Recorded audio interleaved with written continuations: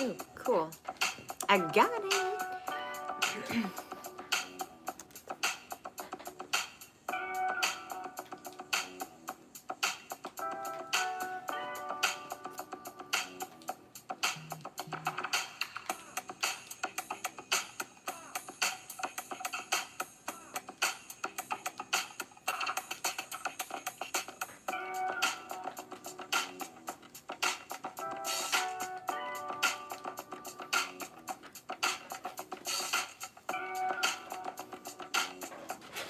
Is that too bright?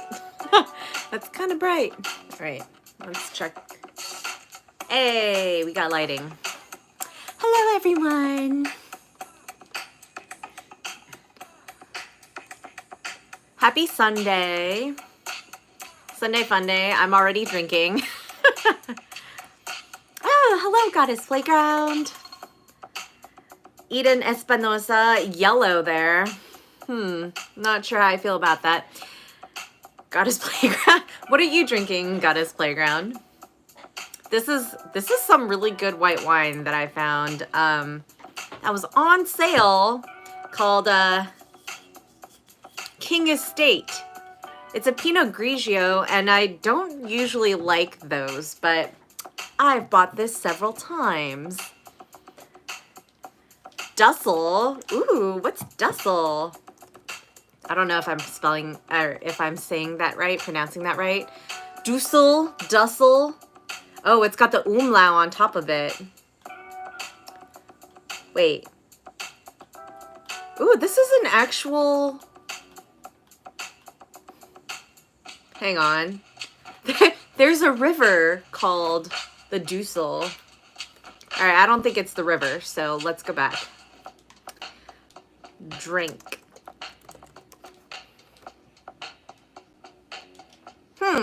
I can't find yours, Goddess Playground. Oh, cognac. Oh, Douce. Cognac, you'll love it. Ooh, I'll check it out.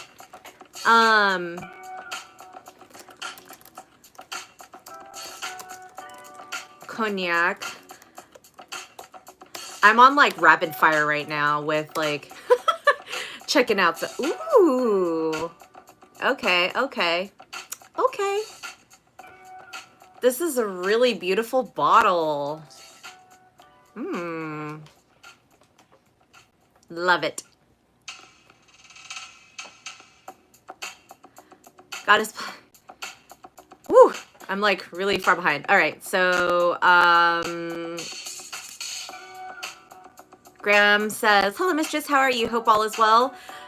I have some news for you guys that I will share in a second, but I'm here, so I'm well enough to be on live stream, and I hope you are well as well.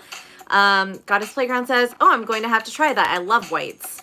Yeah, I usually don't like whites, and this is like super surprising, so recommend this. And what else did I drink recently that was really good? A white one. Oh, I drank a white that was like, by itself, I don't think it would be good. However, with like a white fish or a white meat, je ne sais quoi, yes, I know it's French, was a really cool, I guess, type of white wine that I think would pair really well. It's a little dry, but it's good. I recently posted that on my Twitter, at Mara Domina, so go check it out. Sven says, I was bad, can you spank me? Not if I don't get tipped or if we don't session, even if it's remote. Graham says, ooh, cognac, lovely. I may join you in a bit because this is like I had 2 glasses of champagne earlier in the day, and then this is my second glass of white wine. So I'm pacing myself. Tom says, hello, my queen, I will bow down to you. Bow down while you like my photos on Instagram and my new YouTube videos, including this live stream. Wink, wink. Goddess Playground says, right, Jay-Z is the supposed creator. Wah, really? Interesting. Now I really have to see what his tastes are like.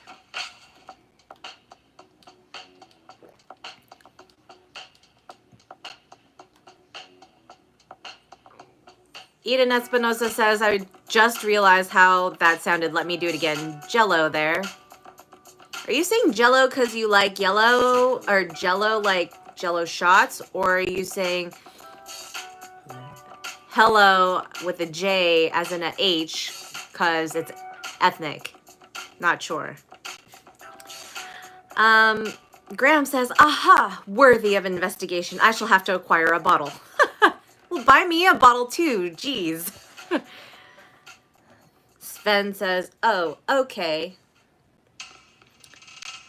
Yeah, you can session with me remotely. Yesterday, I sessioned with my Texas female sub via text. So that is possible. Goddess Playground says, trying to be cute, I think, lol. Well, you know what? If you're trying to be cute during these pandemic times, I give it to you.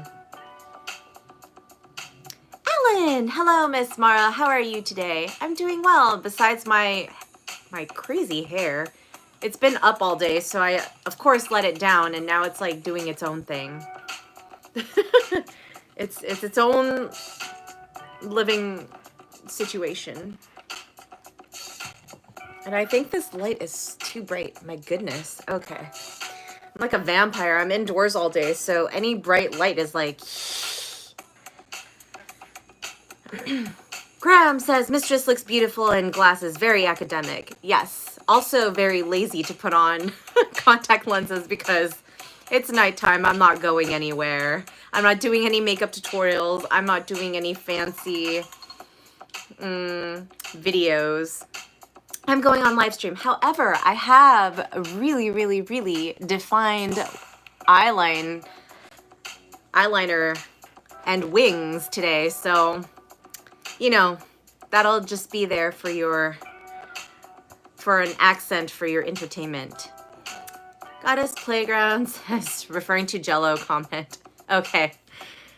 Yeah, I'm like, I was never a fan. I mean, Jello's cool, I guess. I don't know.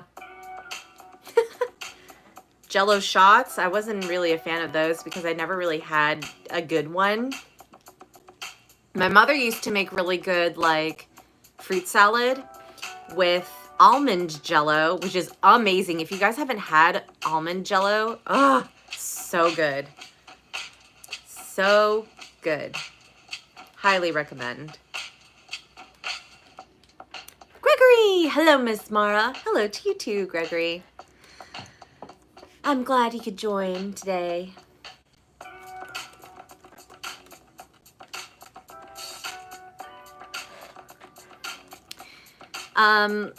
Goddess Playground says, almond Jello, that's a first. I'll look into it. Yes. Okay, so my mother's side is Filipino, and so she made like this. She would make almond Jello and then cut it into cubes and then mix that with like, oh damn, I don't know if pineapple was in it because, you know, Filipinos are kind of Pacific Islander. However, she had like maraschino cherries. Damn it. Hold on. Let me look this up because it now kind of bothers me. Let's see.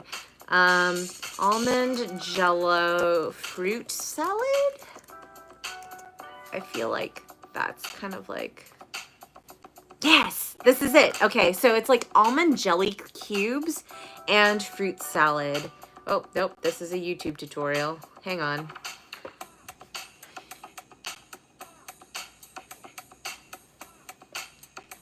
Oh, peaches. She had peaches in there. And let's see.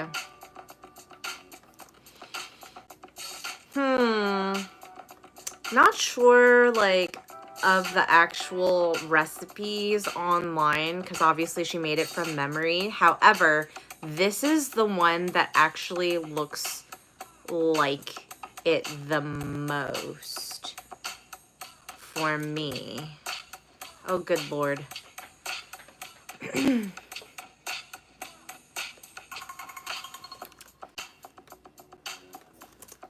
That one. I just linked it in the chat. Oh, she also used like mandarin oranges. they were canned, but it was like a quick way to make a, I mean, it is pretty sugary, so I can't say healthy. Even though there's fruit in it, it's not very healthy. Ooh, okay, here. This one is the Filipino recipe. So let's see if this one is it. Yes, this is kind of in the vein. So I'm gonna link this. Goddess Playground says, thank you, Jello time. Yeah. Okay, but not to like dissuade you from Jello, but did you guys know that gelatin is made from like animal hooves? Specifically like pig hooves and like horse bones. I love horses. Pigs are cute, but yes. They're made from the, I don't know if it's the collagen or whatever that was left from that, but yeah. Goddess Playground says, yes, I think marshmallows are similar. Yes, yes they are. Good job.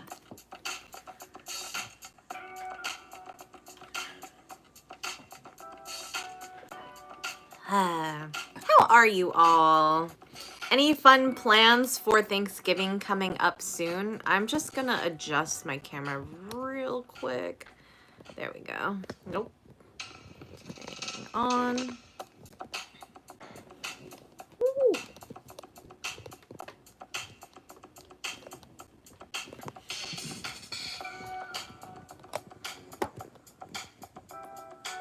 Okay.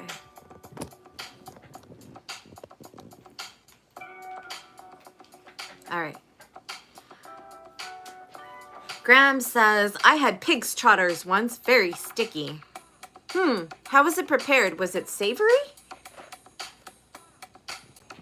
Oh my goodness, this tripod is not wanting to stay up. Hang on, everyone. Ah.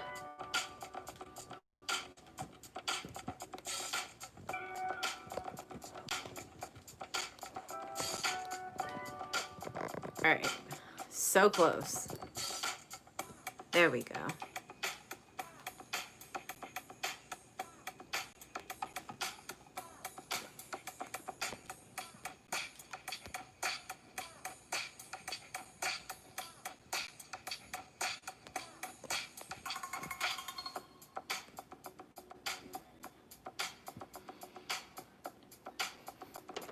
Krishna says, love from India. Hello.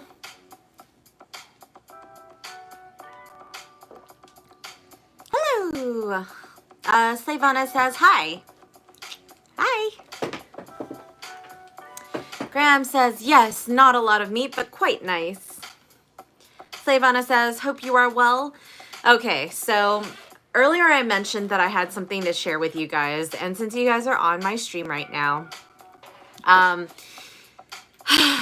it's so sad, but I don't know what's happening with YouTube. They're changing a lot of things, and also a lot of things are really biased. So a lot of my ASMR videos that I released in the beginning are restricted. They're age restricted, and that kind of means that no one else can see them, which really sucks because a lot of other people who have copied the idea of doing gloves and boots or footwear in general are now being able to stream or like have their videos available for the public without being restricted. And they're gaining lots and lots of views. And then on top of that, Goddess Playground says, what? Why? Because they said that I look nude and it's kind of sexual looking. I was like, I'm putting gloves on, wearing a strapless dress. Like, and then and then two of my collaborations have been age restricted as well. One of them being the chastity devices one, which is the Oxy Shop collaboration. And this past week, I found another guy's channel that is literally called Chastity Something, like a whole channel dedicated to chastity devices.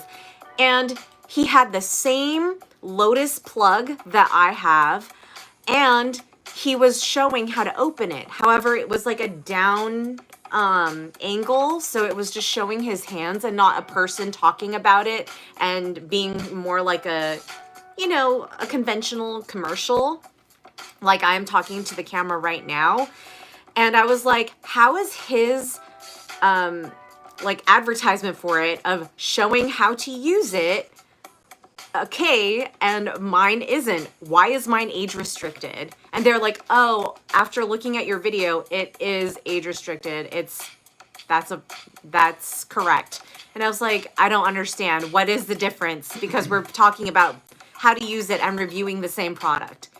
So that's the second one. And then the third one was my stockings one with SheerText. It was a collaboration with SheerText where I actually like stylize like multiple types of outfits to go with the different stockings. And I just found that there's a lingerie company that's showing like really busty, sexy women in like pasties and lace lingerie. And I was like, how the hell is this available for the public? And mine, which is fully clothed with stockings,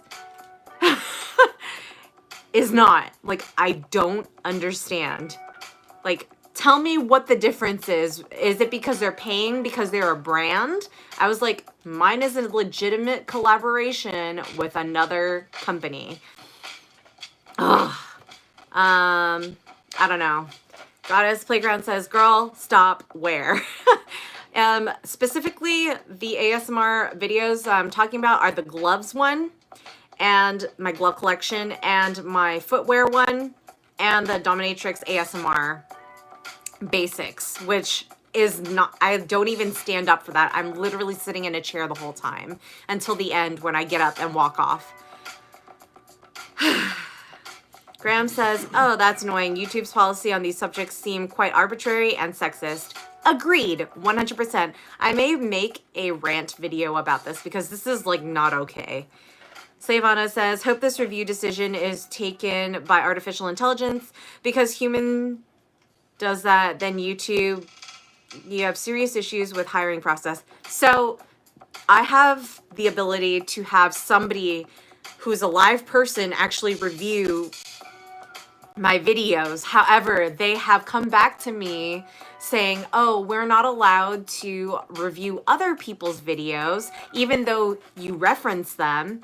We are just allowed to look at yours, and we see yours as violating some sort of our terms, so we have to restrict you. Not violating the terms, but like being provocative enough that we have to age restrict you. Goddess Playground says, wow, you know, it's been like that on a lot of platforms. I wonder how they determine what's appropriate and what's not when it comes to content creators. When it's age restricted, is it we can't see it, or that we have to enter in our age to see it? Yes, you do have to enter in your age. And in some places like Europe, I believe it might be even different. Some places you have to actually show like a photo or a scanned version of your ID to prove that you are over 18 to view certain things on their platform. I don't understand the guidelines on YouTube. That's why I'm so hesitant to post, because the whole point is to get seen.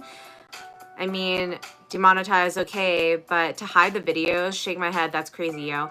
They don't hide the videos, they just age restrict it. And so everybody else who goes onto YouTube, like say you don't have an account or that you're new, you will literally have to like create an official account and type in your birthday. And it's like this whole extra step that other people will have to do just to get on there and watch the damn video. And who's gonna do that in this day and age? People are lazy. They're not gonna do that.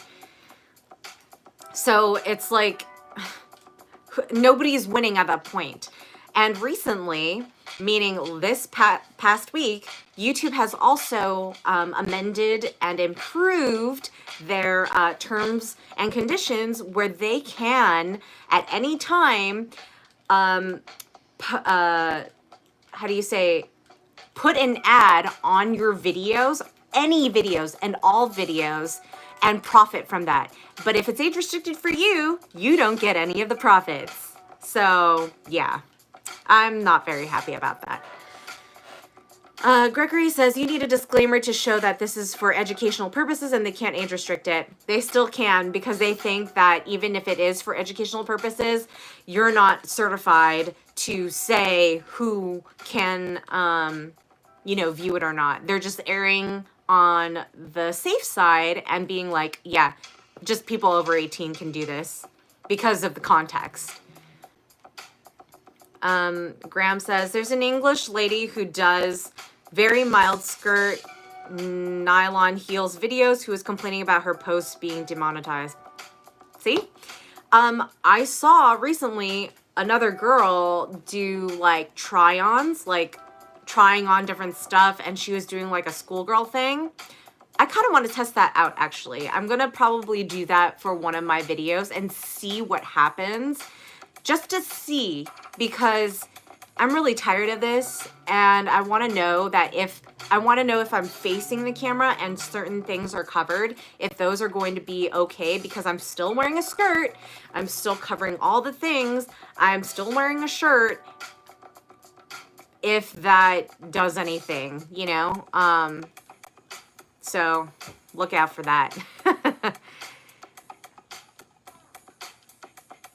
Slavana says, no worries, they're not a part of our small, lovely family. I mean, yes and no. Like, I put a lot of effort into some of my videos, and I don't think it's fair for them to be able to say, yeah, no, yeah, no, you know, and on like age restriction. I don't think that's not how I created it. I've intended to create everything for everybody, you know, and obviously, like, if you're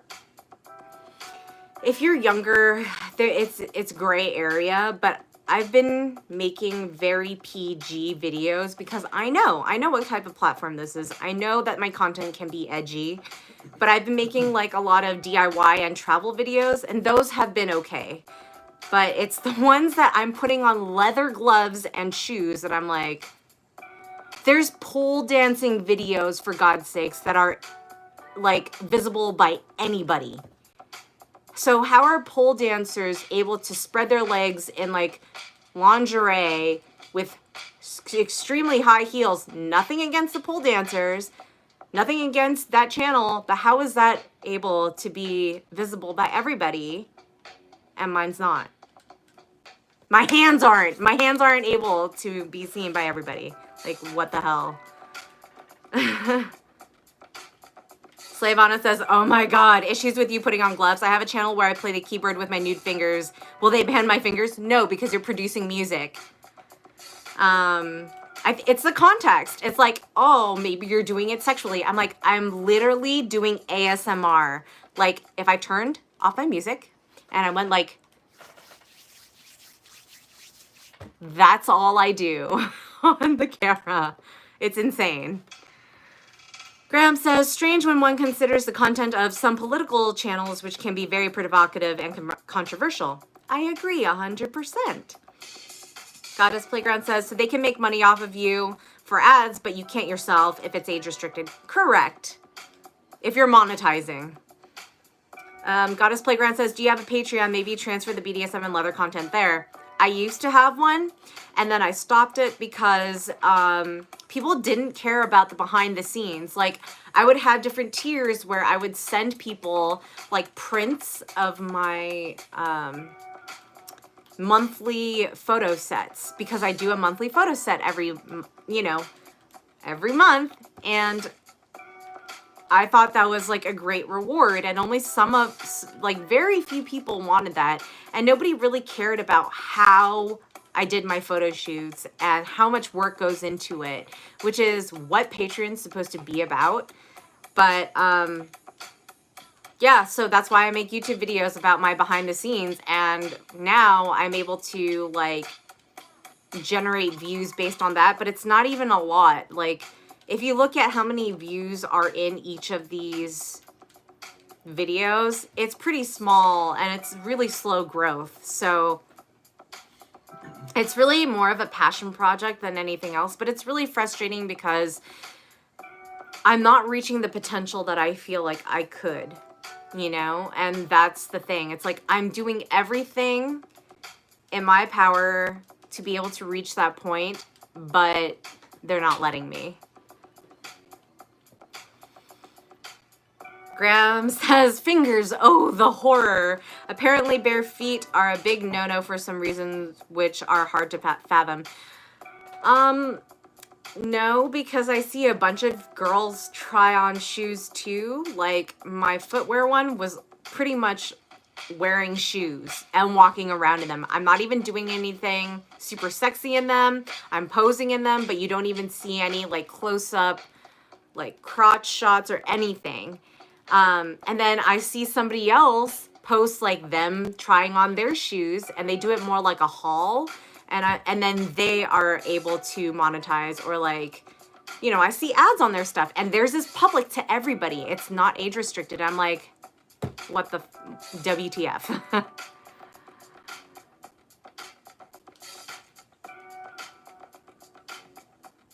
Krishna says, maybe you have to be noticed by the algorithm to get that age restricted. No, it just happens.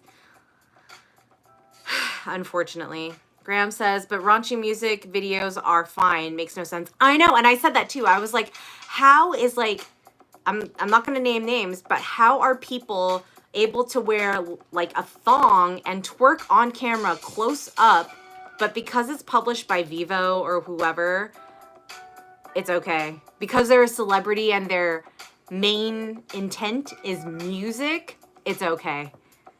Like, Slavana says, maybe a YouTube reviewer has leather gloves fetish and has a secret crush on you, hence he or she sees it as kinky. No, I feel like if they were, they would be on my side and they would let it slide. Goddess Playground says, I totally feel you trying to reach your potential. I wish you luck, girl. If I find any loopholes, I'll let you know because I'm researching all the time. At this point, I'm like, I don't even want to, because I've done my fair share. Like, this is literally hindering my creativity. You know what I mean? And that's not what YouTube is about. I thought YouTube was about empowering people to use their platform to create more things. And if something such as like putting on gloves or shoes is going to be sexualized just because I'm female or just because I'm doing it in an ASMR way, like, I'm wondering if it would be different if I was talking to the camera like this, you know?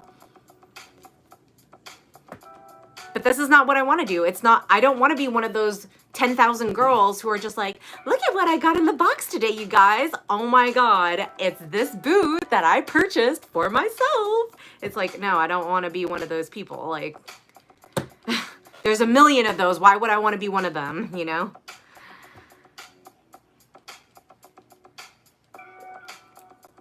Goddess Playground says, BDSM and fetishes will never get realized until, as an art, I like dancing, etc.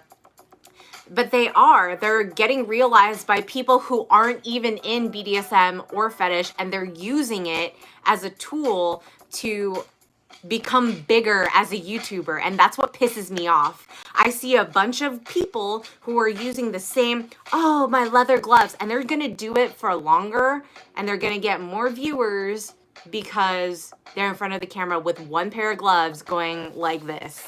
And I'm just like, no. The reason why I did it is because I wanted to, first of all, give leather out as like a fetish. Yeah, it is. Leather gloves are a fetish. Second of all, I want to say thank you to specific people who bought me those things because they're gifts. And third of all, I want them to see that I'm using them, you know? But not portraying it as a fetish. Like, I was trying to be low-key about it. I was trying to say, like, this is my leather glove collection. So what's the difference between me saying that this is my leather glove collection, and then somebody else saying, like, ASMR leather gloves for an hour? What is the difference between collection and leather gloves ASMR for an hour? I don't get it. I'm saying as ASMR too, but still, like, it doesn't make sense to me.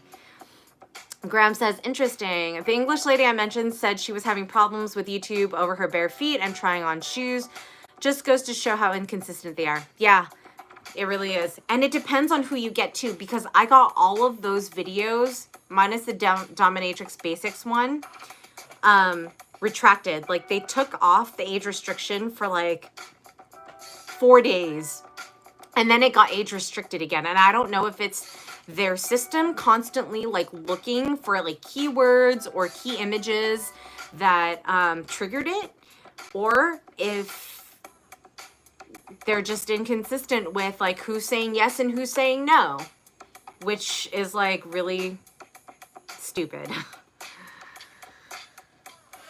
Goddess Playground says, exactly, copy and paste. That's so annoying. Yeah, I mean, if I wanted to try doing like a cheap shot at YouTube, I would literally just copy everything that's already out there that has a bajillion views.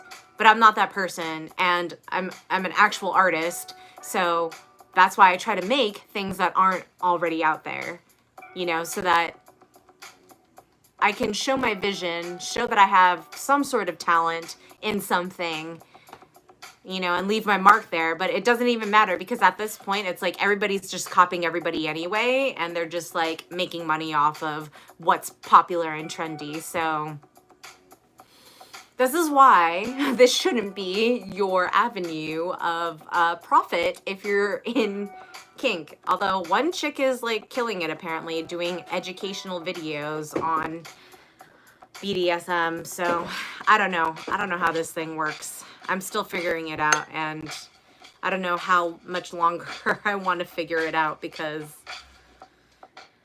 yeah. Goddess Playground says, when it comes to platforms like YouTube, Facebook, etc., it's always a problem just for posting. You know, I found actually Facebook to be a lot more forgiving, which is crazy because anyone can sign up for Facebook. Anyone. Anyone. Slavana says, moral of the story is anyone can wear thongs, but not boots and gloves. Yeah, that's not a moral. That's like, how do you call it? Not contingency. What's the word I'm looking for? It's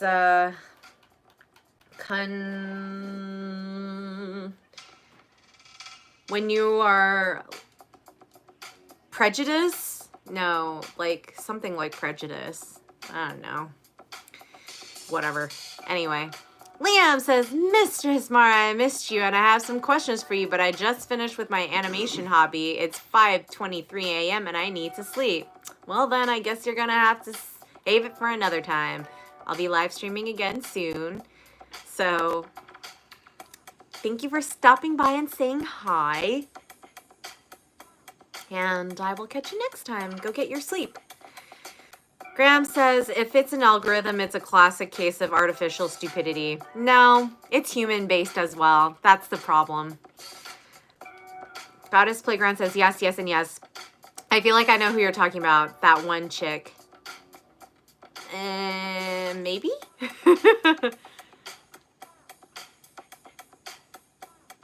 Slavana says, do you play guitar? No, I do not. Liam says, well, good night, and I'll try to be there next time. Sounds good. I'll be in San Francisco / LA. I'm not sure where I'll be, what I'll be streaming next. I think I'll be back here in LA, but yeah. Check back next week. It'll be Thanksgiving weekend for us USA people. Eden Espinosa says, sounds like they're being hypocrites. I think they're just being really, how do you say, inconsistent with their judgment. And it's very subjective, which I get, but also they need to have a team meeting with everybody on the list and be like, okay, what's okay and what's not. And everybody's got to freaking agree. Goddess Playground says, referring to Evie. Yes, I am. And you know what? Good for her. It's just like, I don't understand how she's able to go into that upper tier, that next level tier. Like, she even has an applause button. And I'm like, because what? She's over 150K subscribers? Is that why? But how are you allowing her to, like, how are you allowing to give that amount of platform to her, you know? Like, how is my stuff not educational? Because I've been posting for the last 3 years and I'm not getting nearly the same amount, right? Like, feedback. So, and I live and work in this industry. It's nuts. But yes, you're right on the money.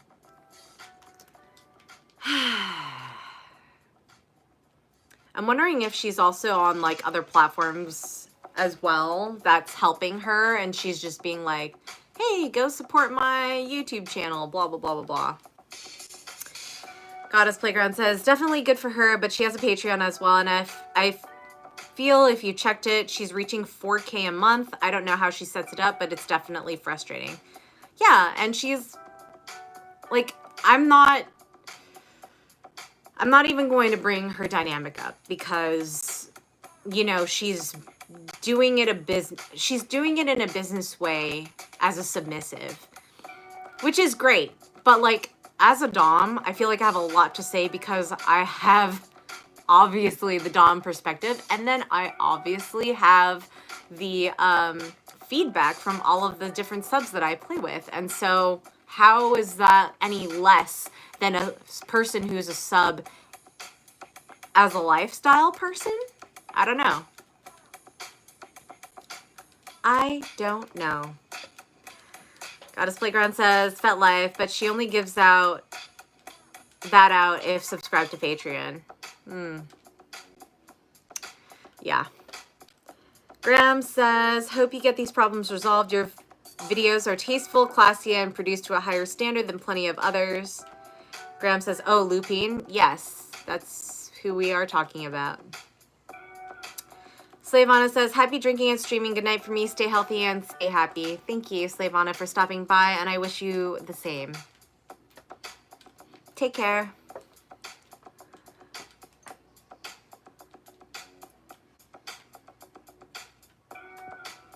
Like, I recently watched, well, I didn't even click on her stuff. Her stuff came up as recommended to me because of my content. And the video that showed up on my feed that played automatically was about being a better dom. And I skipped through it and I was like, okay, there's only a couple things in here that she's making points about. And in those two things, she literally repeats it for like 10 minutes. And I'm like, there's no new information. You're literally just saying the same thing over and over. Like, what? Goddess Playground says, because I feel like on social media, there's more doms that aren't as tasteful or classy as the subs, if any, I'm not sure.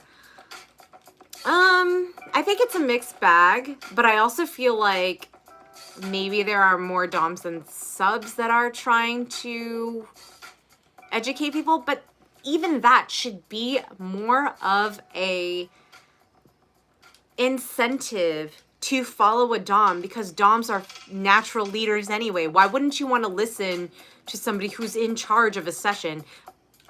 Even more so that it's a woman, because in media, everybody shows men to be the people in charge. So it's not the women who are typically in charge. Yeah, I know a bajillion doms, of course, because I'm in it, but for most people, they're not. And so for them, they're like, oh no, it's usually men, right? Like, they're the ones who are the daddy figure or the sir or the dom. And I'm like, oh no, I'm the dom may. You know, and we have the same things as males. It's just we're slightly different. We can do both sides really well. Goddess Playground says, it's portrayed as too sexual for women in control.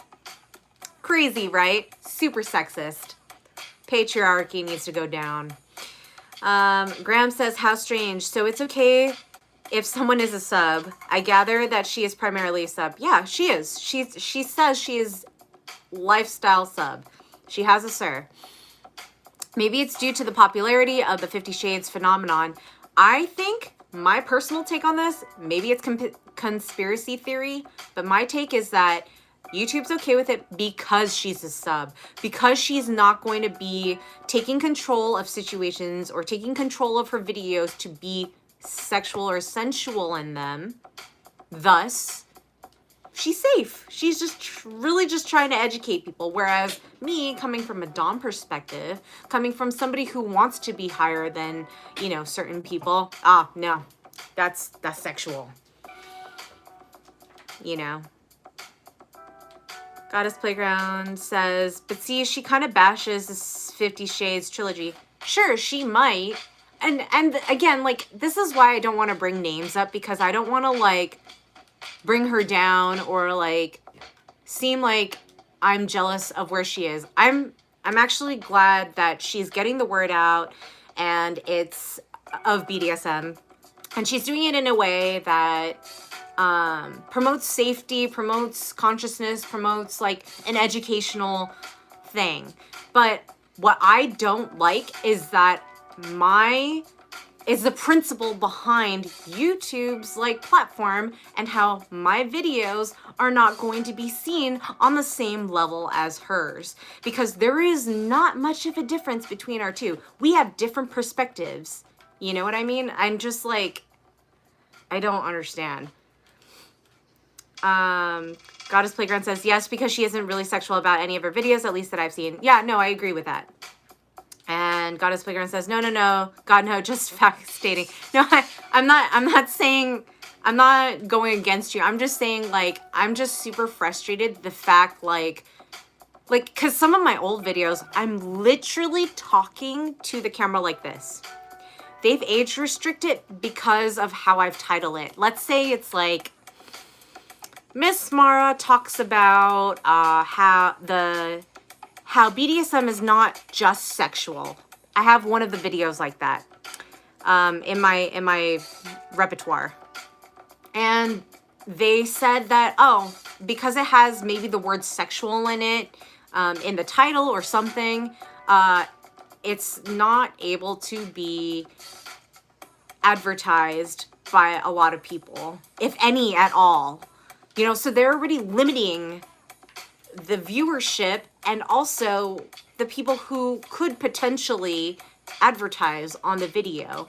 And that's like, for that video at that time, that's one of my most viewed videos, because it's an interesting topic. It's like, oh wow, I've only known BDSM to be, you know, sex driven. But this person, this female, is saying it's not. Like, what does she have to say about it, you know? I don't know.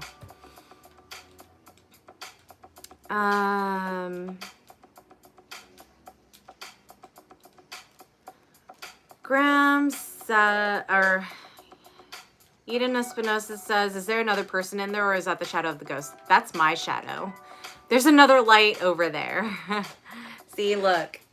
That's me.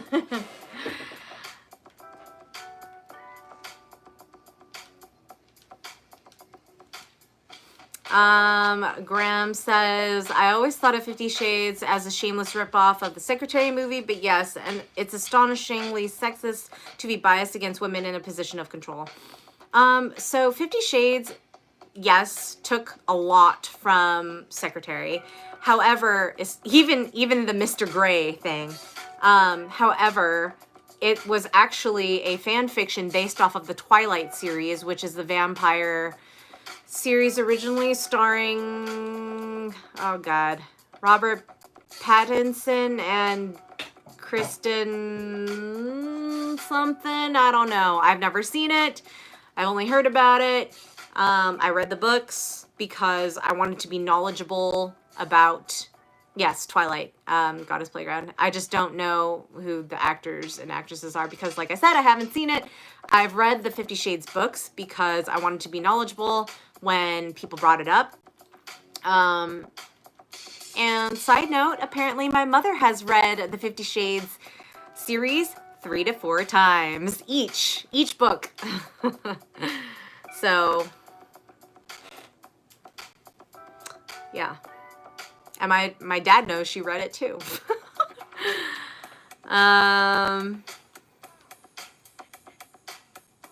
Yeah, it's weird. I don't know. Super weird.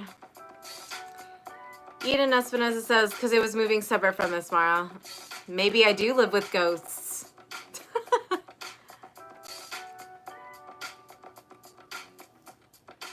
Oh, I also have this huge knot in my hair again. So I'm going to detangle it. Graham says, yes, I've heard about Twilight. Never watched the movies, though. I was more of an Underworld fan. Me too! Oh my god, I loved... Oh, damn it. What's her name? She was a British actress. Oh, what's her name? Underworld.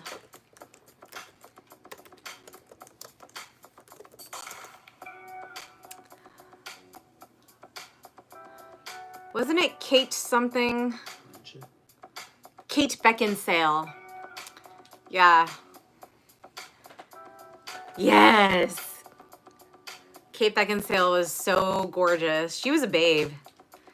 And her relationship with like werewolves, I was like, yeah, that's how it should be.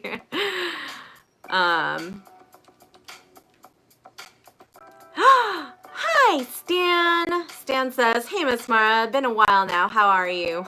Oh, you just missed my rant, dude. You need to come back and watch like me rant for 45 minutes about YouTube.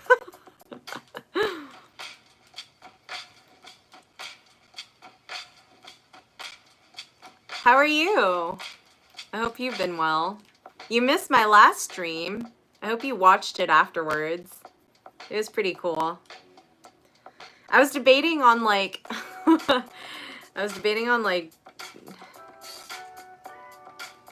Graham says, and Sophie Myles was very cute in the first Underworld flick. Who's Sophie Myles?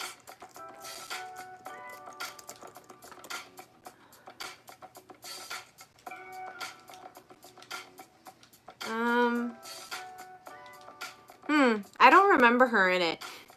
Kate Beckinsale stole it from me. She stole the show. She was great. She was the best. I don't even know the dude who played in it. Graham says the blonde girl. Yeah, I don't remember a blonde girl in the series at all. That's how bad. Oh. I'm sure, I don't know. Yeah, I don't remember her at all. It's also been a really long time since I've seen the Underworld series, so.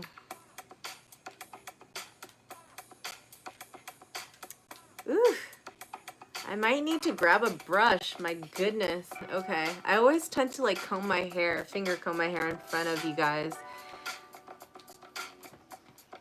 Rona Mitra was very striking in the prequel.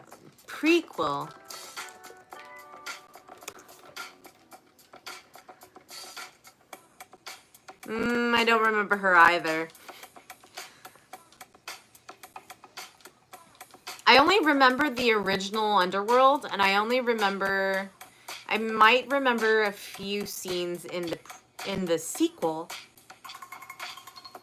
But yeah. Stan says, oh damn, I didn't know. I haven't been checking my YouTube notifications lately. Been having some trouble that I've had to deal with, but everything is going to be okay. Aw, that's good news. Yay. It's like, Ave, by the way? What's AVE? Ave? It's like Ave Maria. Boyka Himar says, hi, Miss Mara, you are so beautiful. Thank you. Welcome to my stream. I usually have like, well, I have a drink in hand. And usually I don't rant on my live stream, but today I had to. This week has been a little rough for me, so. And guess what? This live stream is probably going to be accessible by everybody, so they're going to hear me rant. And they're going to be like, wow, this person complains a lot. But hopefully it's all well and good with my complaints. Like, I'm a pretty easygoing person. If I'm complaining, that means something is really wrong. Stan says, Ave's Latin term used by the ancient Romans. It means hail. They used it towards the emperor mostly. Oh, yeah, so I was right.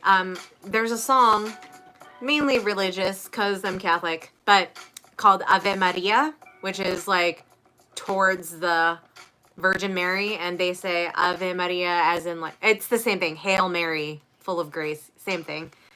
Yeah. It's Latin.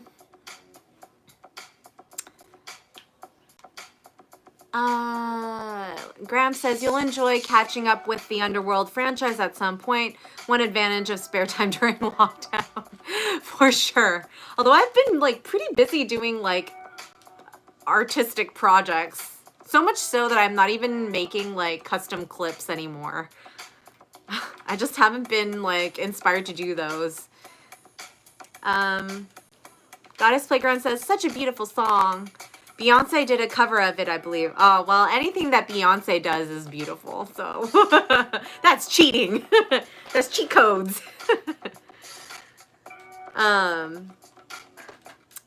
Another thing that I'm like super... Okay, another one of the borderline like religious songs that I'm like, I get super melty over is Hallelujah. Hallelujah. Like, I believe Pentatonics and like Black Eyed... Did Black Eyed Peas do one? Hold on.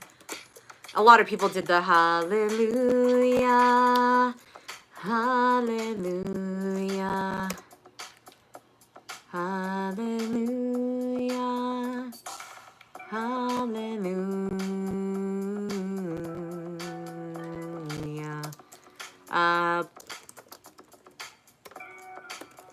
Peas. Yeah, they did it. Black Eyed Peas did it as well. Grant, oh, God, this Playground says lol. Because you know, anything that Beyonce does is like, oh, okay. All right, yes. Graham says, oh yes, Ave. I first came across it in the Asterix books. Very funny if you haven't seen them. Oh, are you talking about like the Viking cartoon? Asterix? Asterix? Goddess Playground says, some artists give me the chills with that one for sure. Yeah. Oh, man. And I'm so not into, like, that type of music. But, like, that one in particular, it's really tough not to be, you know? Gregory says, the original singer for Hallelujah is Leonard Cohen. Is it?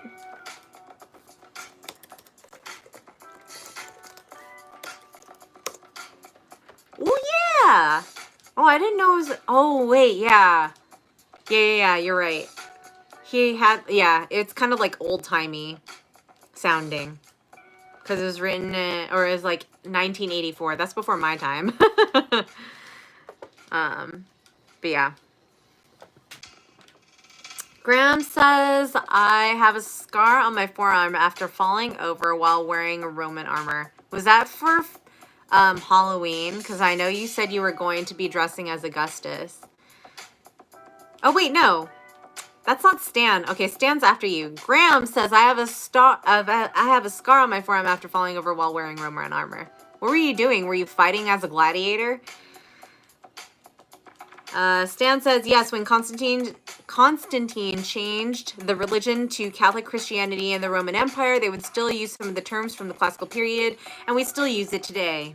Yeah, and like Catholicism still uses actual Latin to describe certain acts during Mass, certain rituals during Mass, and then obviously certain sayings and stuff, so makes sense. Gregory says it's one of the most covered songs. Yeah, I believe it. It's like, it touches on the religious thing, and then it also is like just a really pretty... It's like simple and beautiful at the same time. It's like inspiring and spiritual and like hopeful, all the good things that you need in life during these hard times. So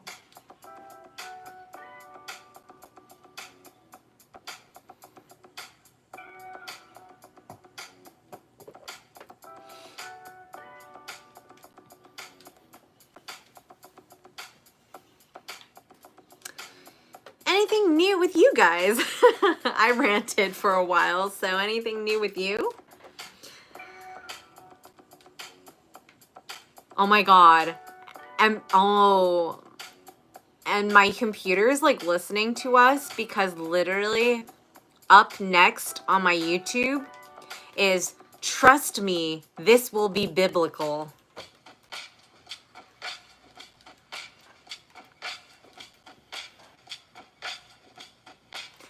Graham says, Constantine was made emperor in York in England, where I used to work. I got the scar while working in a local school where the kids were studying Romans. Yeah, but how did you get the scar? Did like a student tackle you in your armor or something? What happened? Goddess Playground says, oh, not the spies. Nice.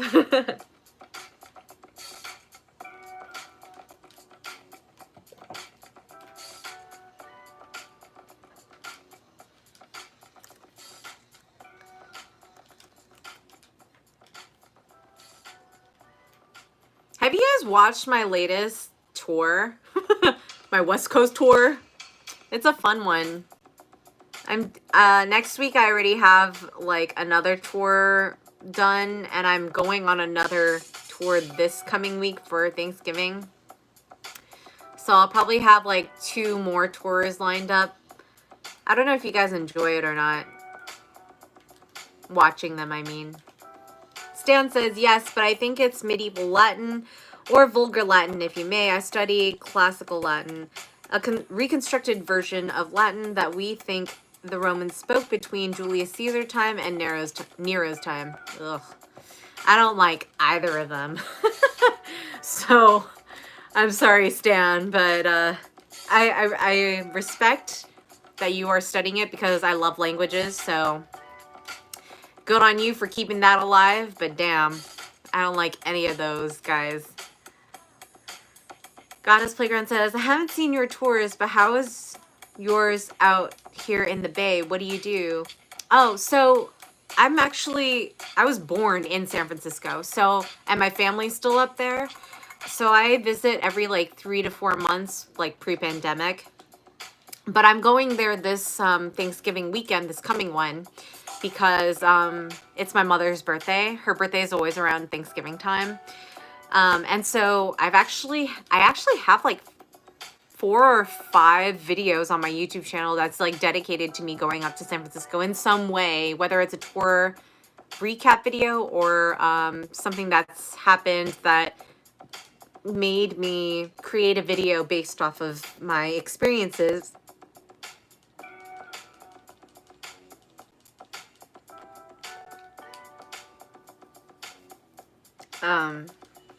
Goddess Playground says, really?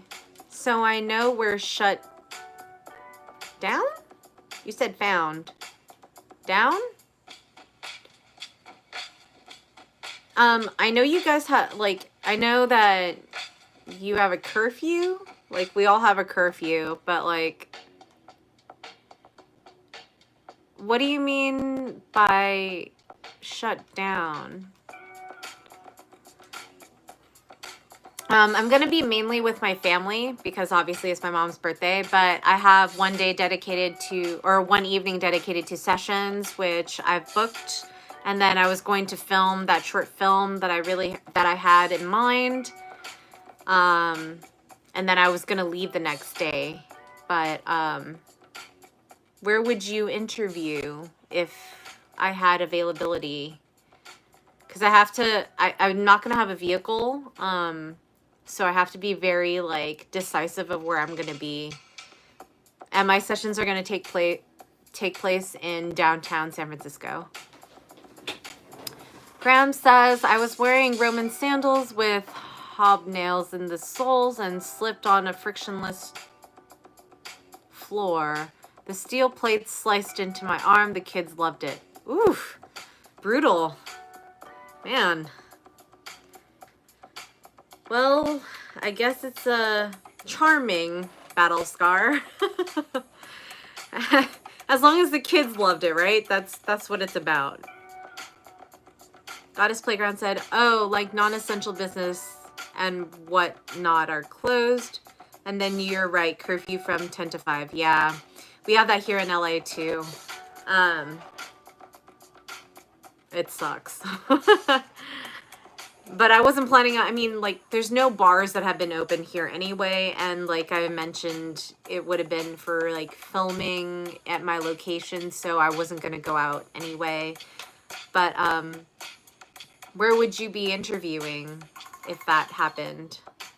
Ugh, I really hate the whole, like, I would have to wear a mask though, right? Like, I don't know how that would go. Ugh.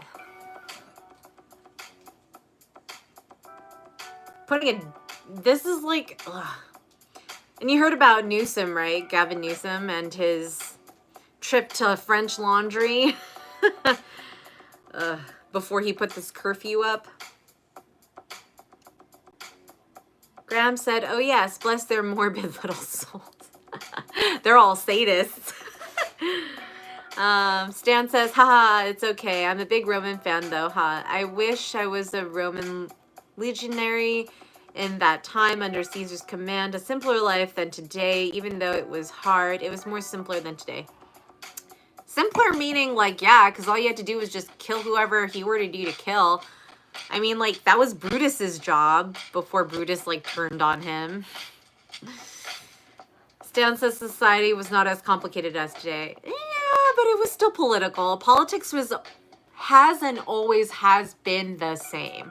Like, there's always somebody who wants power. There's always someone who wants absolute control and will do anything to get it. And then will step on other people, kill other people to get it. Like, it's all the same. This is why history repeats itself, is because no one ever learns from it, or they just don't want to do things differently from it. So, I don't know.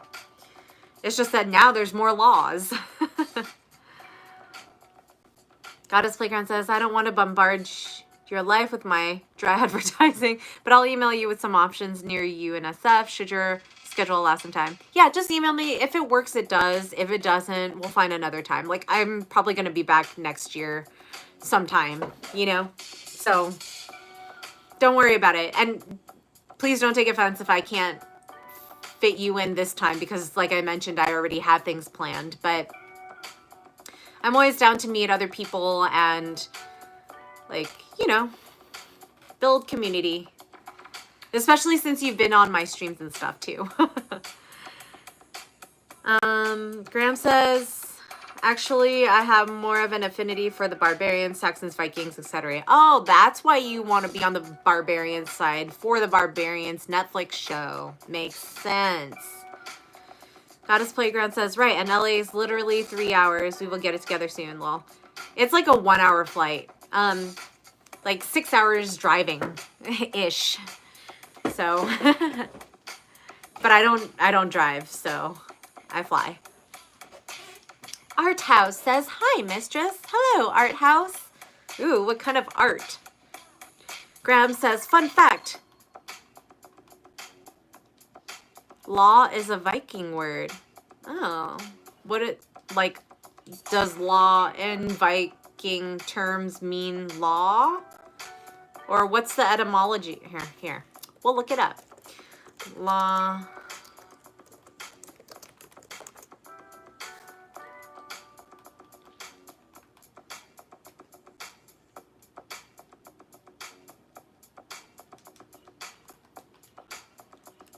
No, I don't know if I'm like actually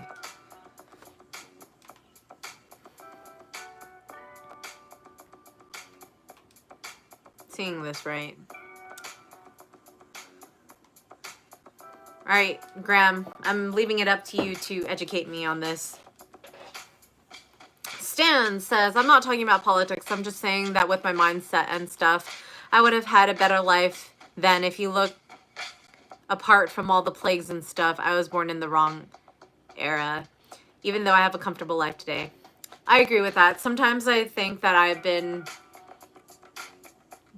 well, I like go both ways. I feel like I could have like really rocked it back in the day, but then I've also can like, I want to see how far I could have gone if it was more futuristic, because I feel like technology timing and like the general public's mentality is too slow for me. Like, I want to be placed and hit the ground running in a utopia where everything is figured out, everybody runs on a certain clock, and I want to just like hit the ground running and see what I can do there. Because I want to see how humanity can progress if it was at its optimal all the time. With all the technology and everything that they know in their bank, like ready to go. And not like this BS that we're dealing with right now. It's like, no. Graham says, oh yes, the title of Logsogormather meant law speaker. Oh yeah, logso or logos or something is speech. Wait, or is that... I thought that was like words. Mather is like person who does that thing. I think. Logos I thought was words, yeah.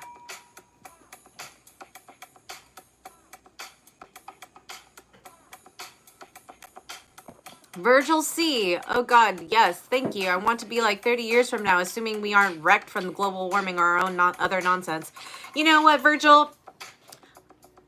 As long as you do your part, like, I've recycled since I was a freaking baby. I've done my part to, you know, pick up my trash, carry it with me wherever I go, no matter where I am. I don't need a festival to tell me that. I don't need law enforcement to tell me that. I just do that on my own because I actually like Earth. I love where we live. And call me a damn hippie if you want, but I think that I should respect the place where I am from and where I want to stay and cultivate my life for literally the rest of my lifetime. So, yeah, I want to see where Utopia takes us. Like, I don't care if we have to live in a dome and, like, it creates, like, the perfect oxygen for us to breathe or whatever. Because if we've figured it out, I want to see what it does and I want to see where we can go with it. But maybe in another lifetime. Because right now it's looking pretty grim. Krishna says, have you seen Dr. Stone anime where all humanity turns to stone and humanity comes back from zero? No, I have not. Dr. Stone?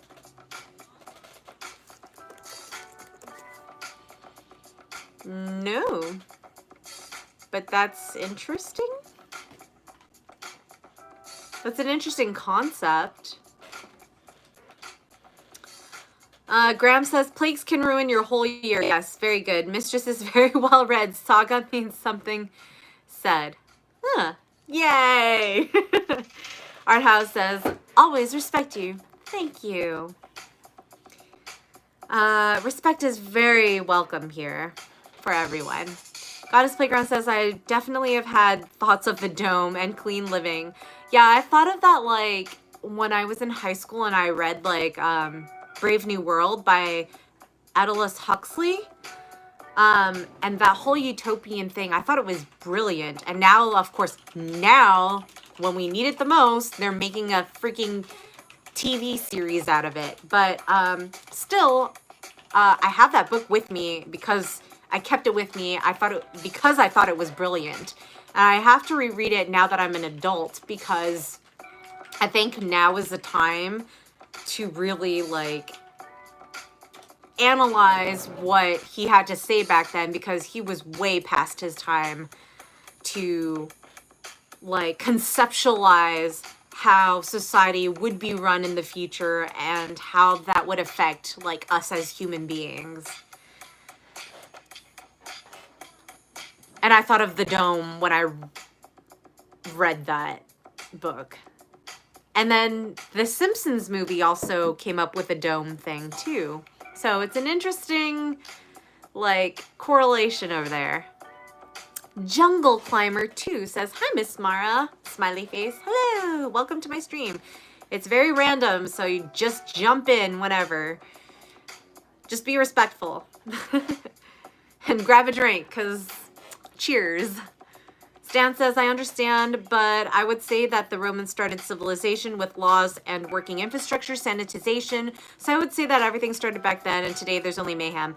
Actually, the Greeks invented irrigation, and before that, the Mesopotamians and the Sumerians invented civilization, from what I've learned. So I'm going to go back even further and say that, because they were the ones who even came up with language, written language called cuneiform, which predated ancient Egypt's hieroglyphics. I'm getting super nerdy right now, but I remember all this shit because I learned it and I loved it because it's history. And you know that I love history based on my other streams because we talked about it. Graham says, to quote Homer Simpson, doom. Yeah, but like for real, I feel like that's where we're gonna be, because the air will probably become super toxic and we need actual air to breathe, aka I just found out that nitrogen was the most, like, the element that is the biggest percentage in air. I thought it was hydrogen, but apparently it's nitrogen at 70 to 78%. Did you guys know that? I learned that today. Eden Espinosa says, question, I usually partake in swinger and orgies, and I know that world is different from the BDSM world. What misconception do swingers, etc. people bring to the BDSM world? I've partaken in said events for 10 years, but I'm new to BDSM and I wonder if I'm stepping on any toes. No, you're not. I think it's a good question to bring up. What I would have to say to that is there's definitely overlap, because it has to do with sensuality, and it has to do with how people negotiate, because that if you're a swinger, that means you have a partner already. It means you are paired with someone and you agree to take on activities with other people. Same thing with BDSM. You are negotiating to play with someone, and if you are allowed to play with other people, you still have to negotiate with those other people and with your primary person that you're playing with, your primary partner, to be like, is this okay? What's not okay? Blah, blah, blah, blah, blah. And so I feel that BDSM is one layer more. So it's like an additional complexity to the swinger mentality, because you're adding that other responsibility for other people, or the responsibility of the safety and the sanity and the consensuality of that other person when you're playing with them. Because playing with them, it sounds all fun and games, but it's actually quite serious, and there's a lot of things that you need to know going into it before you actually jump in and be like, oh, I'm a dom, or like, oh, I'm a sub, or oh, I've played with this many people. It's like, that doesn't mean crap unless the quality of the time that you've spent with those people actually meant something. Whether it's your growth, your practice, their practice, a combination of those things, it's like, it's infinite. So, I mean, does that make sense to you? I hope that makes sense. And sometimes it doesn't have to have sex. Sometimes it can just be sensual. Sometimes it could just have to do with touch. If you watch my femdom, FEMMEDOMME video, I talk about me playing with a specific female or specific female subs and how that affects their like mind space and how they've related that to touch. And like this one chick was not okay with people touching her, but she allowed me in, and I was able to like say, hey, it's okay that people touch you this way. Also because you're allowing me to touch you this way. And so I kind of like describe that, and she's able to kind of like navigate that in her own mind and then make it okay for herself. Virgil C says, I love the Brave New World series. It's so relevant. I haven't seen it, but like I said, I read the books, and the books have been relevant this whole time in my life. So I encourage you to read the original books. Goddess Playground says, yeah, The Simpsons always foresees the future somehow, lol. Yeah, I've seen the memes on that, dude. It's like, it's good. And they've literally touched on everything. Like the last live stream that I've had, we like kind of went over a little bit about The Simpsons and how like they've literally done everything, including Edgar Allan Poe. Graham says, in the 1950s, there was a debate as to whose future vision was the most prophetic. Orwell's Big Brother and Doublethink, or Huxley's SEX and Shopping. Turns out it's both. Yeah, see, these guys knew something. I'm like, what did you guys do that was different from the rest of us, like the rest of the people, you know? Krishma says, yep, learned those in history back in school. Maybe the whole universe we live in is an atom, or maybe the atoms are in our work, or in our world has the whole universe in it. I always thought as like, maybe we're all in somebody else's dream. Or maybe we're all dead already and we're just dreaming all the stuff that had happened to us. I don't know. Mind fucks. Virgil says, I knew that, but hydrogen is super fun in what you can do with working with it and what makes it possible, aka things like MRIs. Oh, cool. Yeah, I just thought like those hydrogen tanks were just like to make people's voices sound funny. I'm obviously not in a scientific or medical field, clearly. So I'm just having fun with what other people have been saying about it. Or what other people have been demonstrating about it. Graham says, the diffraction of sunlight by nitrogen is the reason the sky is blue. Ooh. Very cool. Wait, I thought, when you say diffraction, do you mean like, because I know that part of the sky is blue also because it is actually reflecting part of like the ocean. Is that correct? Correct me if I'm wrong.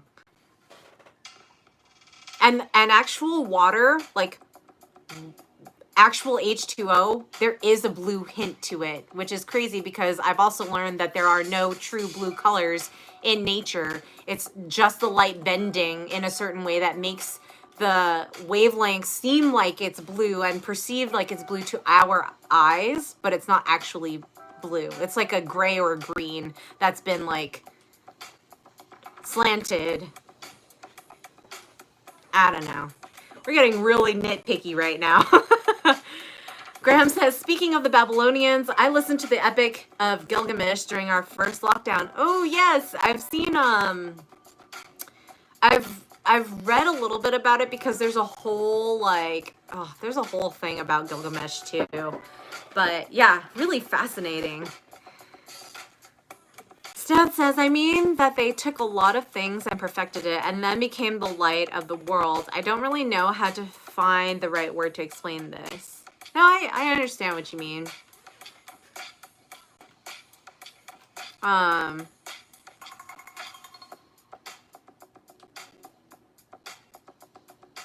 Graham says, I've always thought that being a dom has required a fundamental understanding of psychology. My ex-dom pal Kath would agree.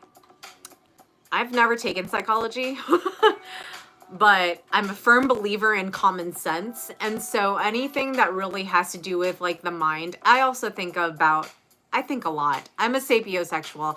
In my Dr. Susie's interview, we talk about trauma and how BDSM kind of is the healing mechanism for that. And she, at the end of the year, because I interviewed with her in like November, at the end of the year, she actually gives out awards for different people who have been featured as guests on her show, and then also just like for fun. And I won the sapiosexual award, which I was like, oh, thanks, which is really cool.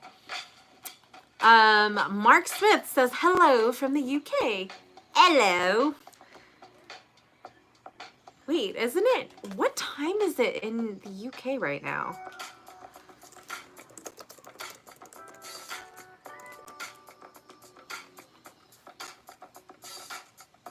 Oh my goodness, it's really, really early. It's like 5 in the morning. What are you doing up So early.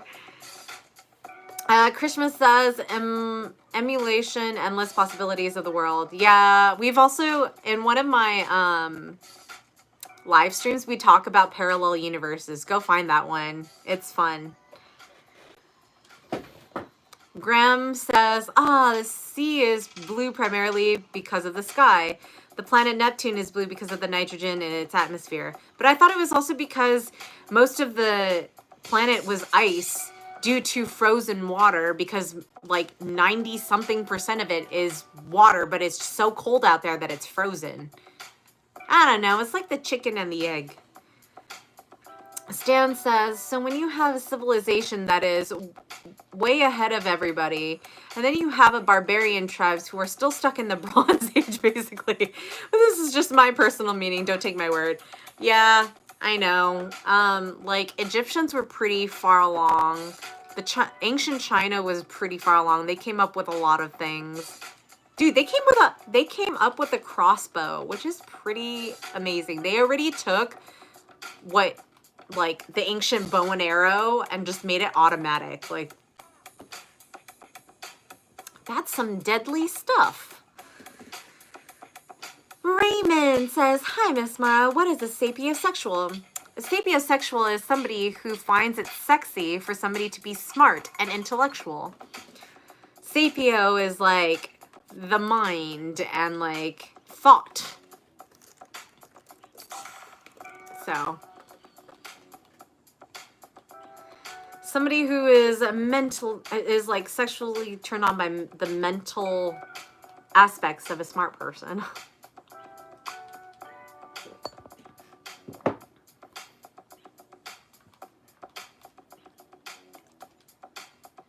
Raymond says, good stuff.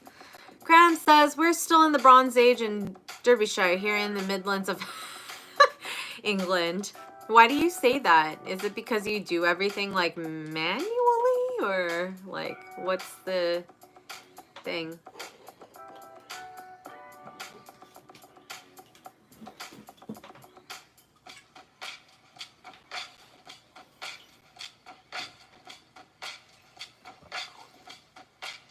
Graham says, I had fun with a copy of a 5th century BC repeating crossbow once. Oh. Where? Where did you get to play with such a toy?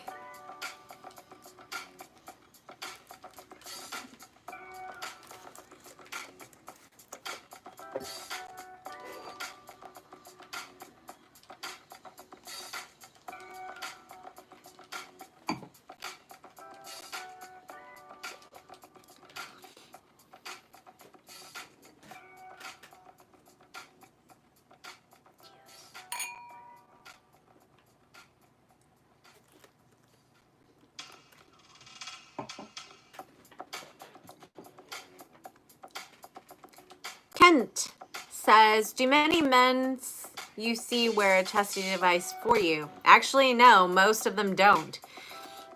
Most of them, yeah, are free birds. I would say probably like 2% wear one, or allow me to dictate when their next release is. Which in that case is like verbal, but you know, still viable, I think. Graham says it was a copy of an ancient Chinese weapon which a friend had lying around. Impressive. Yeah, the Chinese actually invented a lot of things. They invented paper, they invented the typewriter, they invented one of the wheels, silk. They invented a lot of things. And they are the only ancient civilization that is still around today, which is pretty cool. Like, obviously a modern version of it today, but like, they've survived.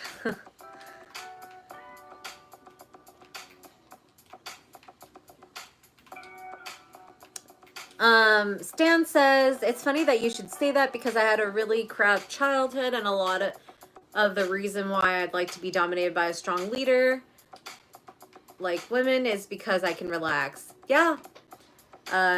He says I don't have to have my guard up. So a lot of people who come to me are actually in positions of power, such as like entrepreneurs, business partners, lawyers, doctors, you know, financial people. They come to me to session because they are tired of being the head person all day, every day at their job. And in my, I don't know if it's in my personal subs video or in another one of my videos, I talk about how a lot of people seek certain people to be tops because like they look at them and they're like, oh, that's a daddy figure. And it's like, no, that person's a person. And if they don't want to be a daddy, they don't have to be a damn daddy, you know? And that person will probably be a daddy for the other people because he wants to, you know, kind of bask in that. Probably has a little bit to do with their ego. But at the end of the day, like, it's not sustainable because they don't always just want to be that daddy. They want somebody else to take over, and they want to be able to be like, all right, you are in control. I don't want to have anything to do with this anymore. You take control, and I'll just be right here doing whatever you say. Because it's a lot of responsibility. It's a lot of mind power. It's a lot of energy. Some people don't have that all the time, every time. Especially people in power because they're on, like, I don't know, 12 to 20 hours a day. They don't want that anymore, you know? It's tiring. Eden says, dictate. I bet was a pun. Lol. Kent, I see. Thanks. I thought it might be more. Guess it's a limited thing. People really have to seek out for it. I don't think a lot of people can actually do chastity right now who are partnered unless the partner knows that they see a mistress. Because of lockdown, a lot of people are at home and some of them can't tell their spouse or aren't out to their spouse or significant other. And so they have to be very careful about how they go about that. But people who are single, people who are in lifestyle and whose partners know that they are doing those things, sure, no problem. But for me personally, not a lot of them. A lot of people like CBT with me. Raymond says, do you know a retired disciplinarian, Miss Kai Lai? I've heard of her. Never met her. I've known her after she was retired, so I've never known her as she was live. Krishma says, colors are non-existential in a way because when temperature or lenses size change, color changes too. It's like the north and the south, up and down. In deep dark space, there is no up and down or north. Yeah. As I mentioned, it all has to do with like the wavelengths of things and frequencies. And that's something that I really like too, is that life is basically a sine wave, you guys. Like, it's literally this. Like, you have good days, you have bad days. Oceans go up and down with waves. You know, things go in a cycle. It's a sine wave, basically. Roller coasters go up and down. Physics goes up and down. Like, light and dark. You know, day and night. Like, you name it. That's the world we live in. Graham says, mind you, Hinduism in India goes back at least 5,000 years. Events like Kumbh Mela Festival, for instance, now that's continuity. I'm not familiar with that one, so I'm gonna look it up, because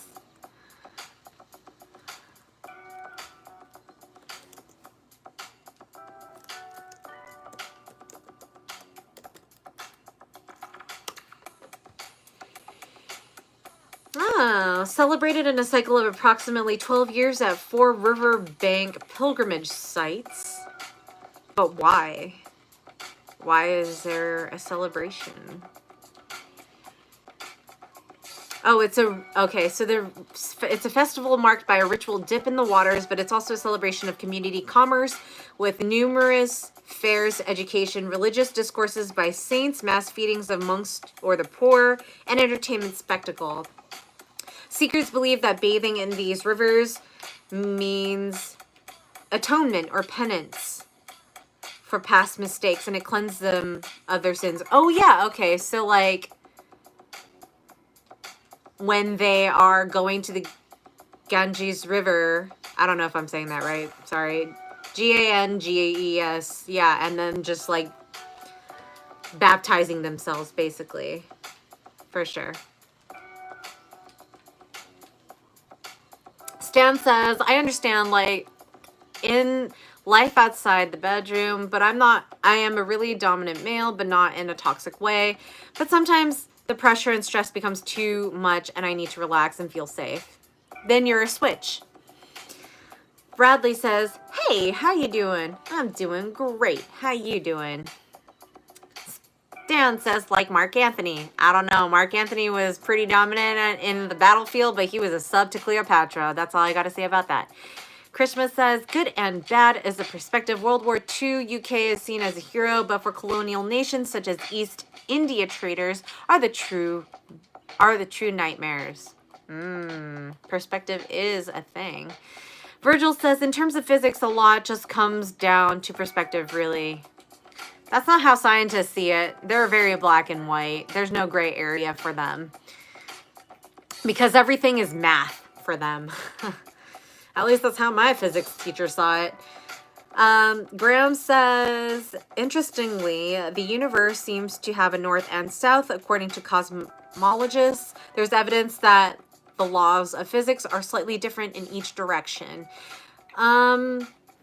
Yeah, but we only have a north and a south because we have poles, and we are dedicated to an axis which our planet is based on. And obviously that has to do with gravitational pull and all this other shit. I mean, stuff. But,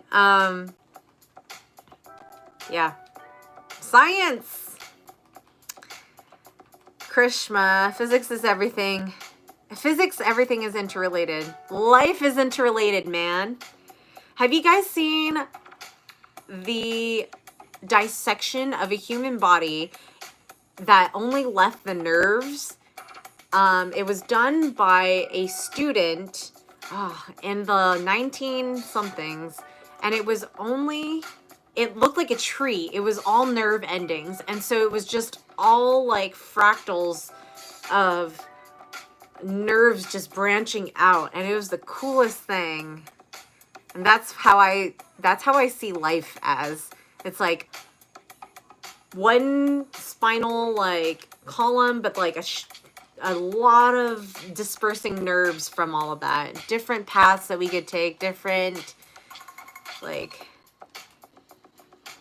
Graham says, actually, a pal Kath is or was a switch, a dom professionally and a sub in a private life. Yeah, and I've also mentioned that where it's like a lot of doms won't say it, but I also know a lot of doms who will dom everybody else, and then their partner, they'll like submit to them or switch with them. It's common. Very, very common, actually. At least the people that I've spoken to. But many of them won't admit it. Stan says, yes, that's what I meant. A fighter, but a sub to the woman you love or have a relationship with. Yeah, you're a switch. There's nothing wrong with being a switch. It's a real dynamic. Don't ever let anybody tell you that otherwise. Krishma says, yeah, all the nerves lighting up. Beautiful. Neutrons and stuff. Neurons. And we're getting really scientific in this one. Science and history and like utopian worlds. I love it. This is my jam. Give this video a thumbs up if you love the live stream and how it's going.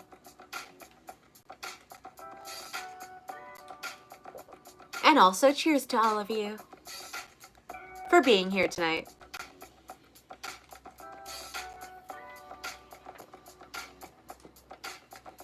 Krishna says, you could use a Big Bang song as an intro. No, thank you. Graham says, Einstein once commented that Beethoven's Fifth would be expressed as a sine wave, but if it were, one wouldn't appreciate the beauty of the music. I think Beethoven's Fifth is a little too complex to just be put in a sine wave.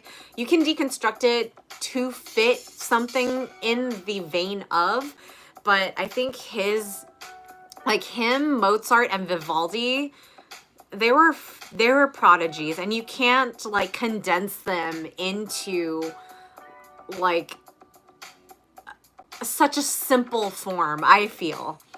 I mean, if you tried hard enough, of course you can, but yeah. Have you guys seen, oh wait, here, this is a fun one. It's Beethoven's Fifth. Somebody did an animation of it. Hold on.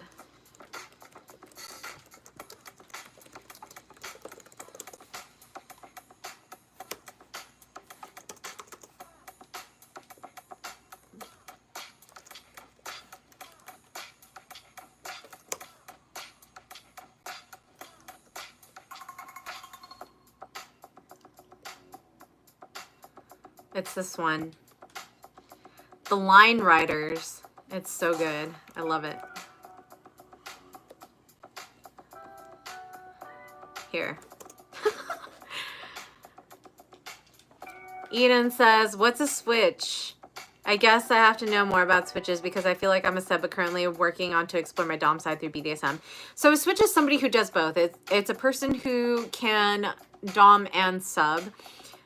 Or top and bottom. It's a person who has like the range to do both or prefers to do one or the other depending on the dynamic between their relationship with another person. So say they feel really dominant towards, like, say you're a male and you feel really dominant towards a female, you're going to be her top or her dom because you feel like you want to own her, you want to control her, you want to be her daddy, you want to take care of her, all the stuff. Vice versa with a woman and a male, or whoever, whatever you are. I don't care what you are, gender-wise. And then alternatively, say you're tired of being that dom and sometimes you want to be taken care of. You want somebody to cuddle you, to tell you that you're the best thing in the world that's happened to them, that will give you pets after, a good, disciplining or something.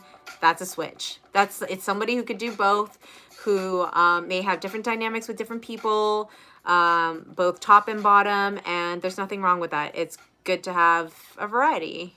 And a switch is somebody who can party on both sides. Krishma says, every sound is just waves. That's true. And when I listen to songs, I realized our perspective brings meanings and emotions to the song. A song I thought was sad and depressing wasn't actually meant to be. Yeah. So when you listen to music, you project your emotions, and music is very powerful in the sense that it can really, depending on how the song is constructed, and then obviously how you're feeling at the time, both of those can marry and like either create a sense of like how the song was intended to be, how it makes you feel and is only unique to you, or a bit of both, and like how it makes you feel with everybody else who's listening to it at the same time. It creates a new special moment, and it's so versatile, and that's kind of why I love music, and I would love to celebrate it anytime that I can, especially live music. If somebody is like playing live, even if I've heard their song a million times, like just hearing them play it at that time is never going to be the same as me just listening to it pre-recorded at any other given moment. Alternatively, if I hear the song that's pre-recorded for the first time ever and it's really resonating with how I feel or really against how I'm feeling, that will also leave a lasting impression. So I love music for all of those reasons. Stan says, I actually talked to somebody in the BDSM community in Norway yesterday, and she meant that like being a switch was not a real thing. Either you were a sub or a dom. I kind of got hurt. I don't know.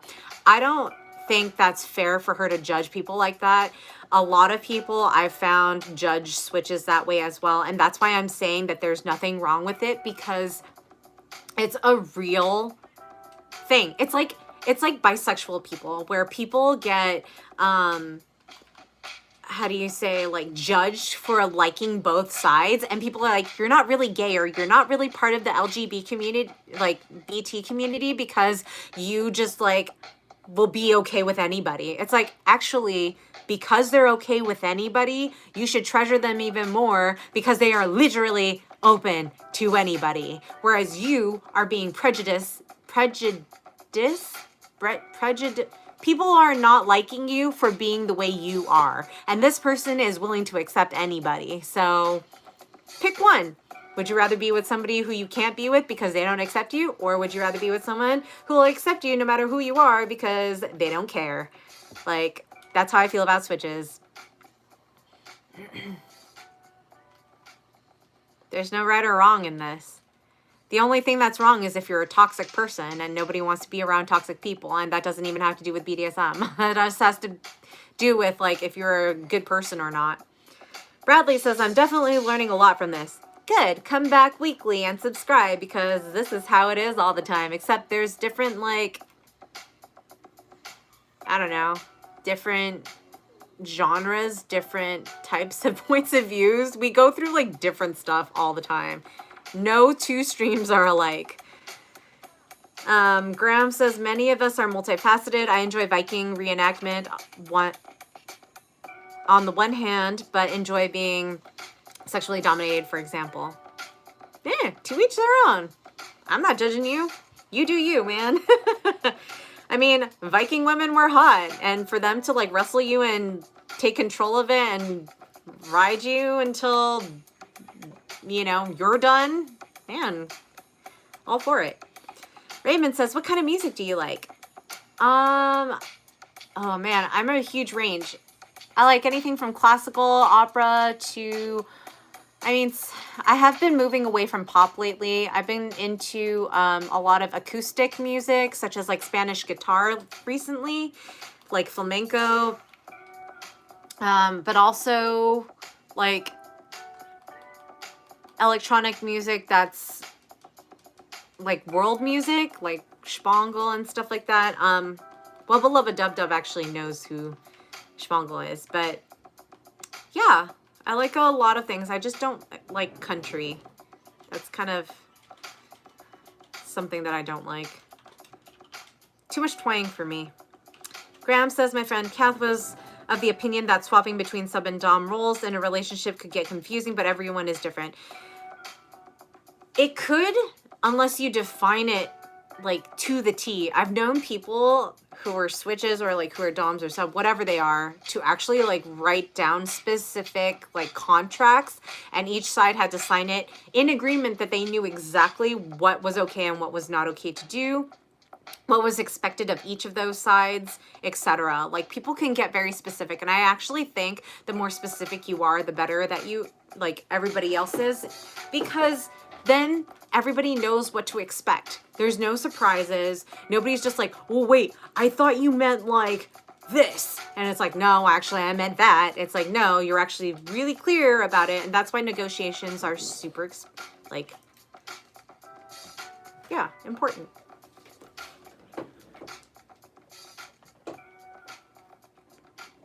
And since I am out of juice, I'm going to take you guys on a trip to my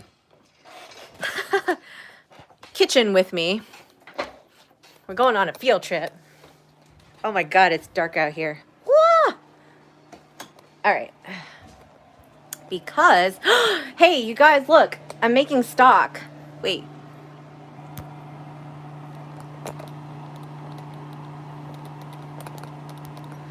It's chicken stock.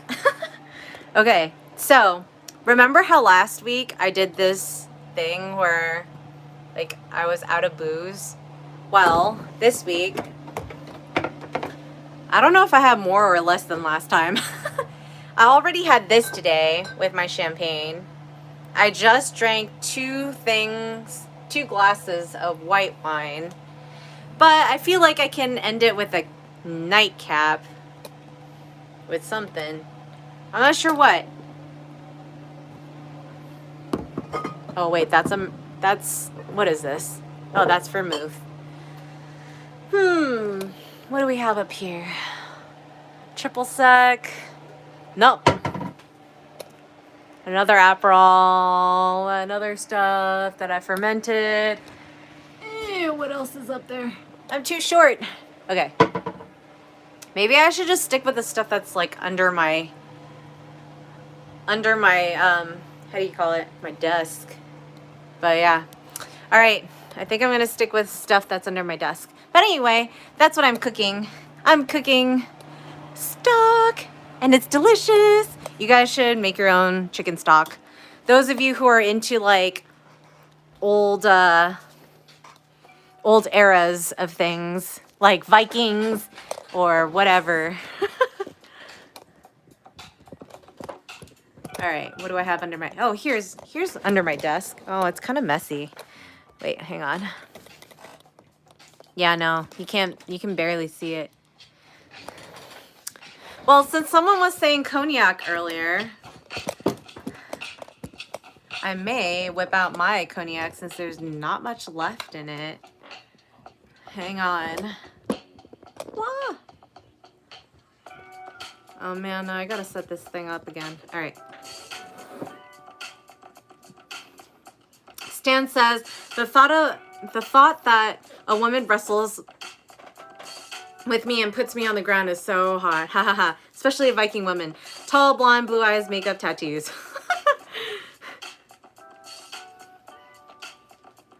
Graham says, funny you should say that. My ex-wife wanted to have sex in an Anglo-Saxon house, saying, you know you always wanted to. Actually, I didn't, but I knew better than to argue.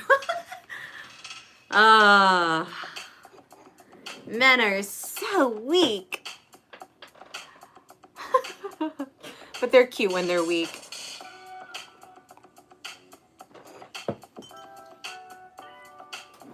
Alrighty. Not much left in this one.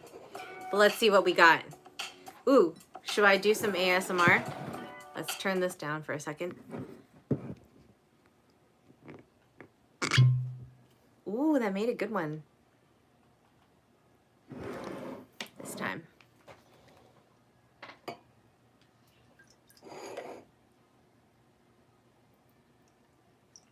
Damn, that's so quiet.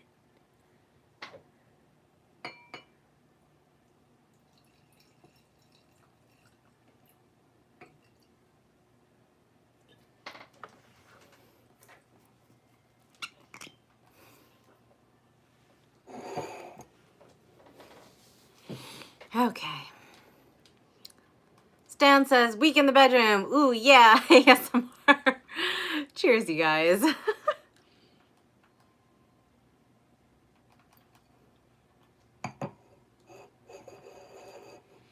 Oh, it's making my lips sting again. I think I have cuts on it. Ugh. No bueno. Graham says, yes, terribly weak. You don't want to upset Saxon or Viking women. It's not safe. It's not good to upset any type of woman. Asian women are particularly fierce too. Some of them have the ninja skills to prove it.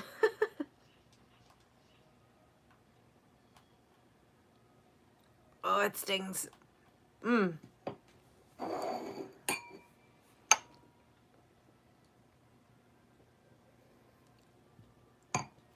Stan says, do toppling on the glass. Haha. Just kidding. No one has tipped me tonight. You want to be the first one to do that? Because if you tip me, I'll do all the ASMR.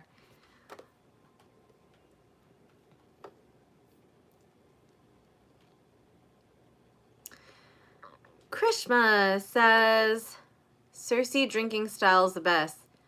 Ugh. Cersei got paid $1 million to stand by a window and drink all season long. What kind of acting is that? I want that job. Jeez. I'll live stream all day as long as the booze keeps coming on.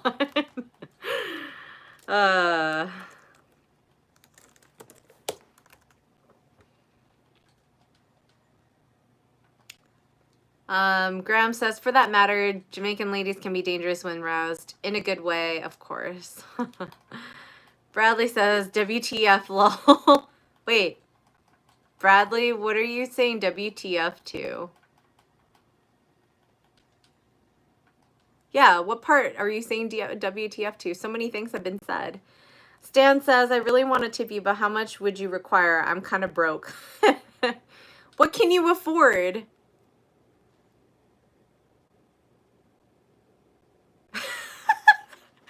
Bradley says, standing by a window. Dude, right? Like, she got paid $1 million per episode. And all she was doing was, where's your plane, peasants?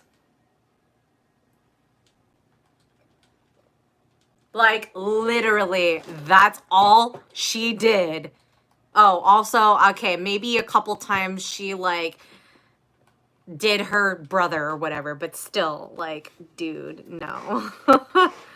No! I can do that! Hire me!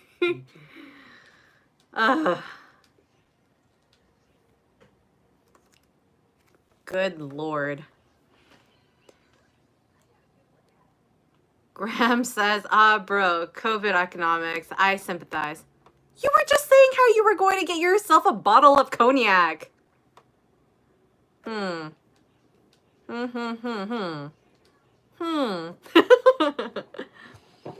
drink some cognac for you anyway.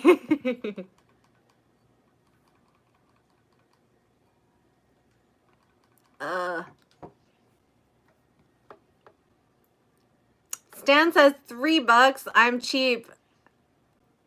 F, I know. Ha ha ha. Try 10. Do 10 and I'll give you like a couple minutes worth of really good quality ASMR, including whispering. Do 20 and I'll put on gloves for you. Or shoes, one of those. You guys can also pool together. So if somebody wants to see one thing and one other person wants to see something and you both tip me, I'll do it. I'm that easy. Not like Cersei. Graham says, I'll enjoy the cognac vicariously while Mistress drinks it. All right, fair enough. Putting the music back on.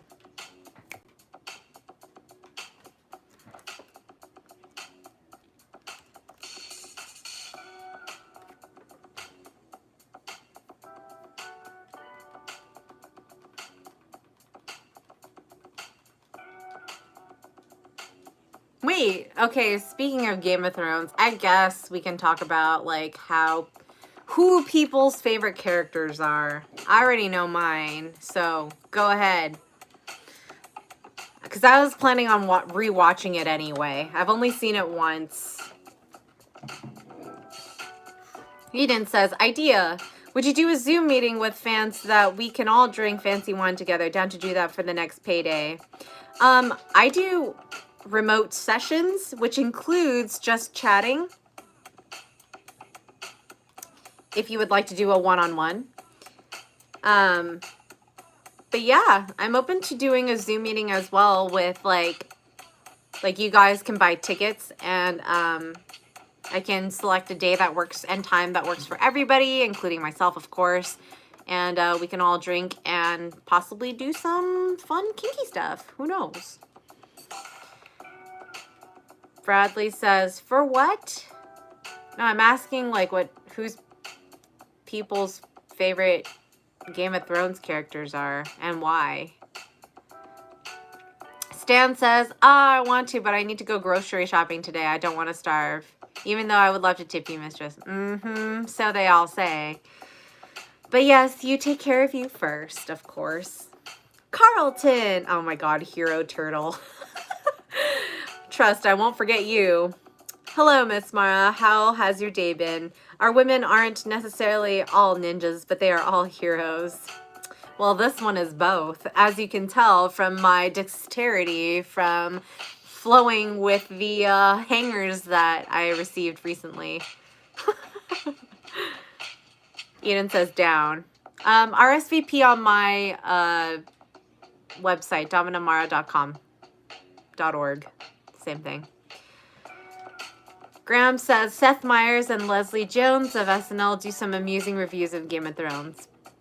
I'm not here to review it. I'm here to ask you guys what your favorite characters are and why. And I'm also going to shut down anybody who like says really, really crappy characters because I'm gonna really drill you on why those are your favorite characters. I'm really tired of hearing like the same crap. I'm really against the public consensus of, oh, I'm tired of people saying Daenerys because she's just young and had platinum blonde hair and was mother of dragons. She annoyed the hell out of me. Second of all, F Jon Snow. I said it. There's so many other better characters than him. He was kind of like a child and I didn't have the time for him. Bradley says, never watched it in a day of my life. I was like you because literally the whole series was out before I even watched it. And the only reason why I watched it was because a neighbor of mine was moving across the street, but they were across from me in my unit. And we were hanging out before they left and moved over. And they were playing it because they were like, oh, we're rewatching this. I hope it's okay with you. And I was just like, yeah, never seen it. Don't care. And it kind of appealed to me. And I was just like, oh, fine. Since everybody's like talking about it and that's all people would talk about. I would be one of the people who would never look at the memes because I'm a huge meme person. I would always not hear the spoilers or whatever because I never want anything spoiled for me, no matter if I watched it or not, or if I was late to the party or not. So I was anti it the whole time. But you know what? It's pretty good storytelling from season 1 to season 3. But then like when it started deviating from the books, that's when it got kind of choppy. And choppy, I think, is the correct adjective for that. So if you watch it, you do. If you don't, you don't. But I like it for character development and for creating tension and sensibility in a world that we will never have again. But it's also super believable and like you really like try to fight for some of the characters. So at least the ones that I like. Stan says mine is the mountain. Are you serious? You really like the mountain? No. No. Ugh. Stan says, no, wait, it's Queen Cersei. I wish I was her sub. Ha ha ha. Oh my god, I hated her the most. Oh. It was between her and her father. I was like, I can't. No, Joffrey. No. Okay, I hated Ramsay. I hated Joffrey. Then I hated her father and her... Yeah. Nope. No. No, Stan. Bad Stan. Cram says, I actually never watched GOT, but an acquaintance was in it. The Red Wedding, I think. He's a theatrical dwarf. He did a Star Wars movie as well. Oh, very cool. Very cool. My favorite character is actually one of the little people. His character name was Tyrion. Phenomenal acting, but also great character until the last 2 seasons.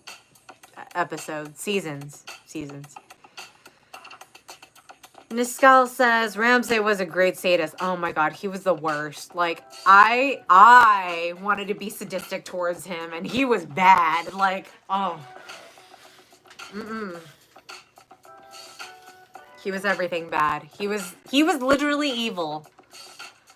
Eden said, my faves are Arya, Tyrion, Theon, Bronn, Gendry, and Oberyn. Oh, me too! You like all the people I like. So I love Tyrion and Arya. Theon, oh no, was like, no. I wanted to kill him.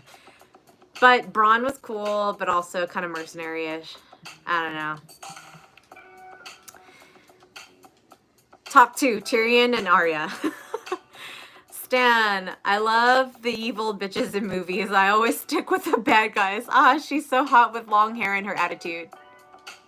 No. What about, how did you feel about Melisandre then, Stan? The Red Witch or whatever.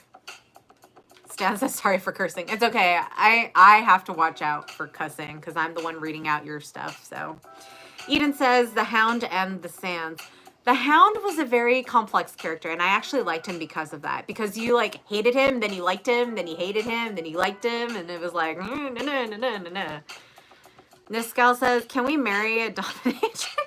Is there a way? I don't think my vanilla marriage will work out. Any suggestions? I don't know. Maybe you can bring your partner to see a dominatrix together, and maybe that'll open up some feelings. Or it'll bring closure to your current situation faster. But either way, it'll be resolved. And depending on where you are, I can recommend myself because I also do remote sessions and couples coaching.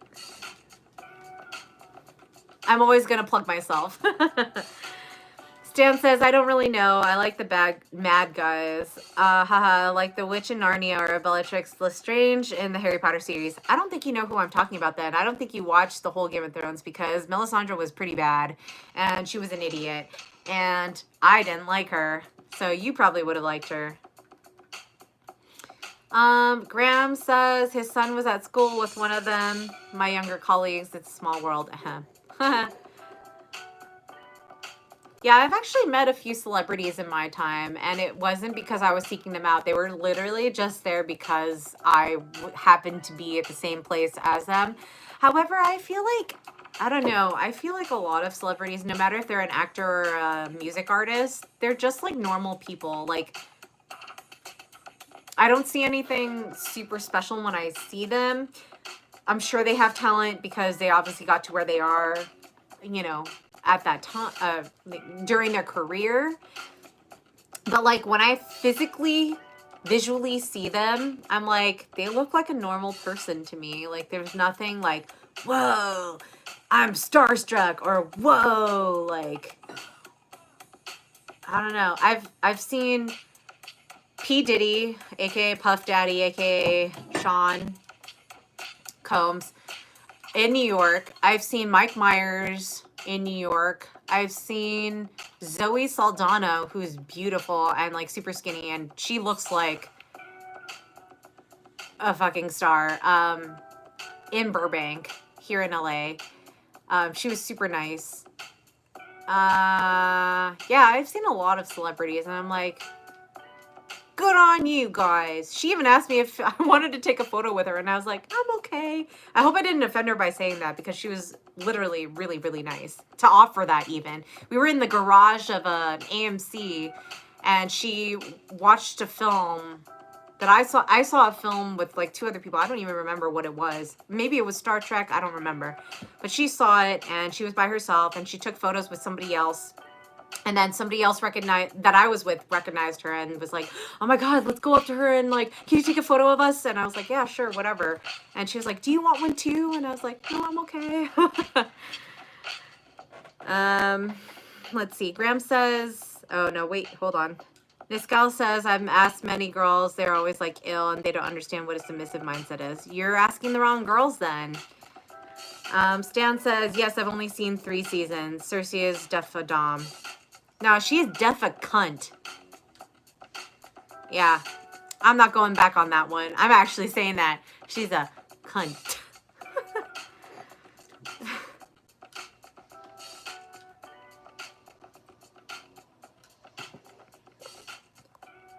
Graham says, yes, I used to meet VIPs and celebs in my old job. They generally prefer to be treated like ordinary people. Zoe Saldana was a great Uhura in Star Trek. Yeah. And she's a lovely person, very beautiful, very tall and slender. She's exactly as she is, like, on camera, as she is in person. That's all I have to say about that, because I don't know her. I haven't been, you know, introduced to her or like know her personally, but from the interaction that I had with her, the short time that I've had with her, very, very lovely person. And she wasn't in like glam wear. She was like in jeans and like, you know, comfy sweater and stuff like that. Nico says, happy facing. Hello. Niscal says, slaves and submissive, is there a difference between them? Yes. If you watch my video on bottoms, submissives, and slaves, I don't like using the word slave anymore, but I did at the time because there is a difference between submissive and slave. You can watch that, and there's a difference between fetishes too. So find that video.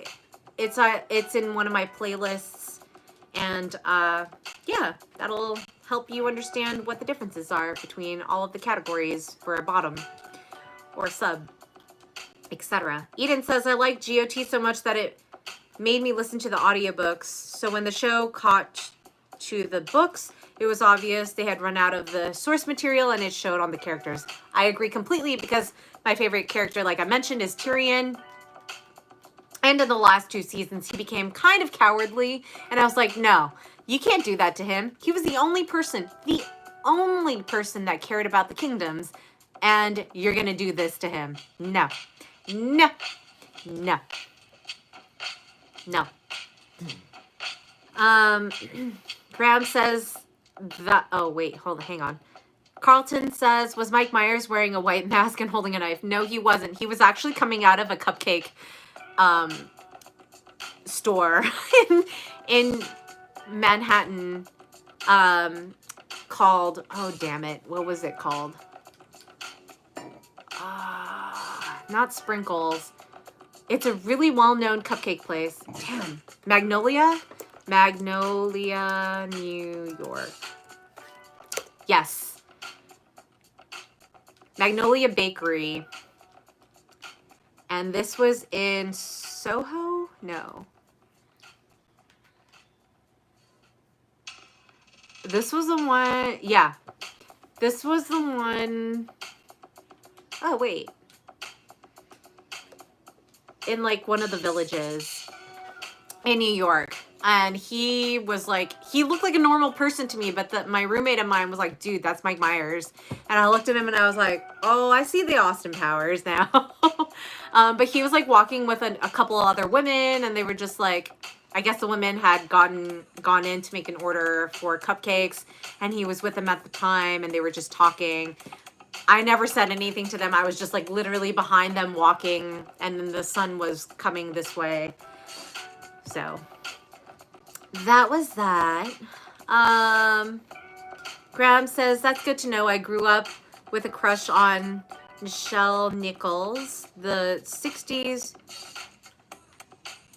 Uhura. Let's see. Nichelle Nichols.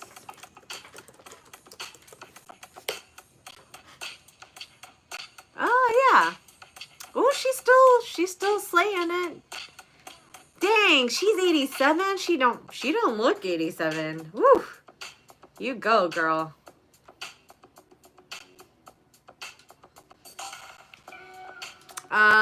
Stan says the dark side has seduced me. The new Darth Vader. Ha ha ha. Okay. Graham says, I recommend Darth Trump. Very funny. Oh, man. I don't know how I feel about this.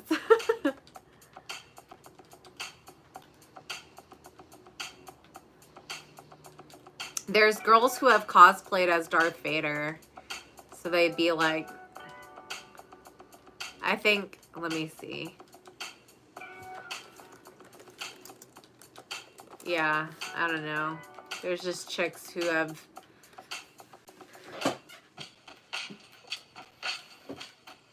Stan says, is that your shadow behind you? You mean this one? That one? Yeah. I have different lights coming. So I have one in front of me here, I have one over there, and I have one over there. So shadows are kind of like playing off on different surfaces.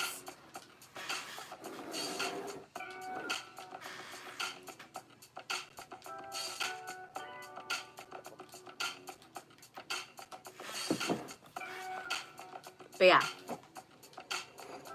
Woo, we passed 2 hours already. Woohoo! Always so fast. Stan says, okay, it looked like another person.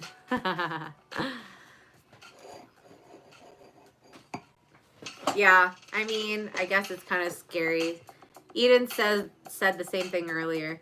Nah, either you have a ghost there or a slave you are training. I ain't training anybody right now. I'm having a nice drink. Or a cat, lol. I don't have any pets, unfortunately. Graham says, even Mistress's shadow is beautiful. Oh, thanks. Bradley says, this is very relaxing. I love this stream. Have a drink with us if you're not already drinking. It's always fun and chill like this. It's like, the question of the night is always like, what's Mistress drinking next? Because I went from champagne to white wine to like cognac, so, and this is actual cognac from like France. So, happy Sunday fun day.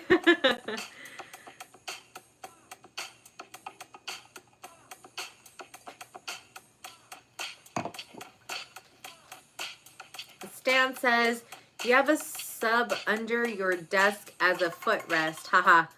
Nah, my foot is like up here. my knees are right here.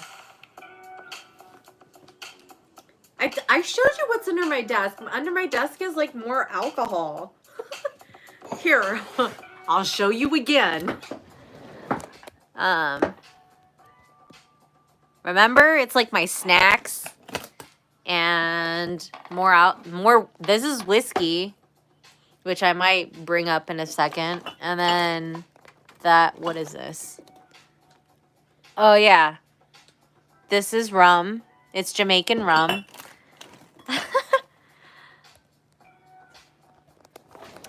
So yeah, no sub there.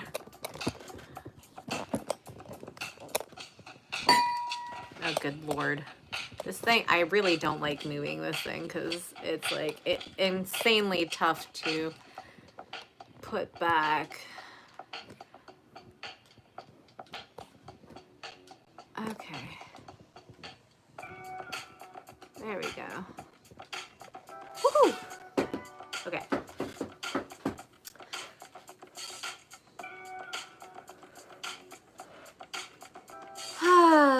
Bradley says, I have a foot fetish. I don't really tell anyone because it's embarrassing to say. Why is it embarrassing?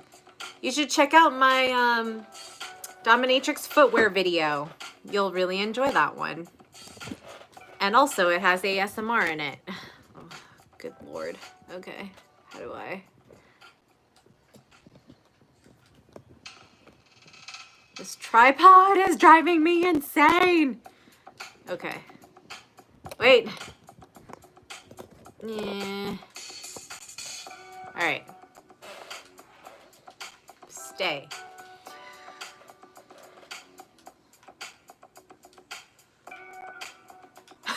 Stan says, oh damn, I feel you, Bradley. Lou Van says, do you have any slaves that do chores for you? No, I have subs that like do some tasks for me. Like if I need electrical stuff done, or if I need like to grab something that I can't reach, or I don't know, more handy stuff like around the house, I'll have them do it, but I never have them clean for me because I hate people touching my stuff.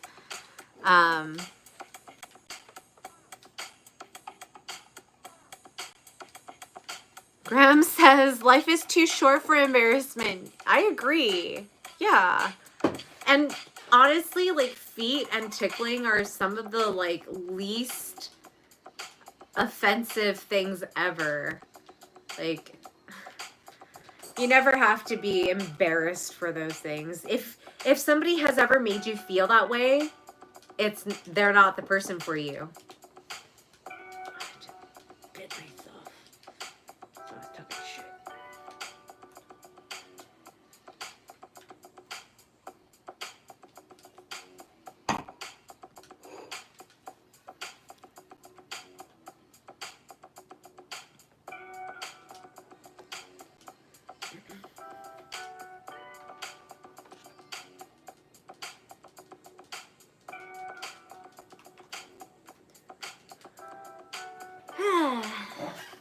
Any whoosies.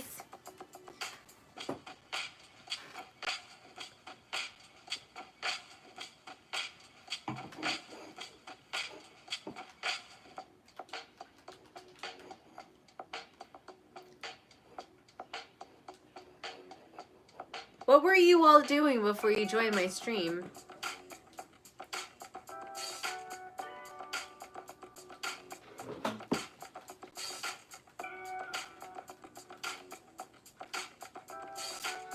Stan says, I don't feel like it's embarrassing anymore, but I don't talk about it unless the subject comes up, if that makes sense. I have failed openly about, I've talked about it in front of 4 girls at a party, and they thought it was hot, actually.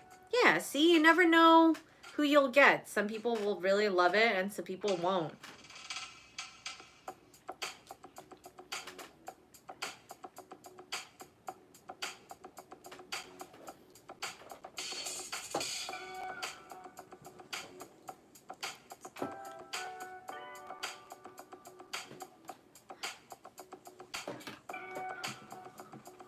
Eden says, watching vids of Japan and the new soft on demand bar that opened there. Oh my god, I saw the website for that.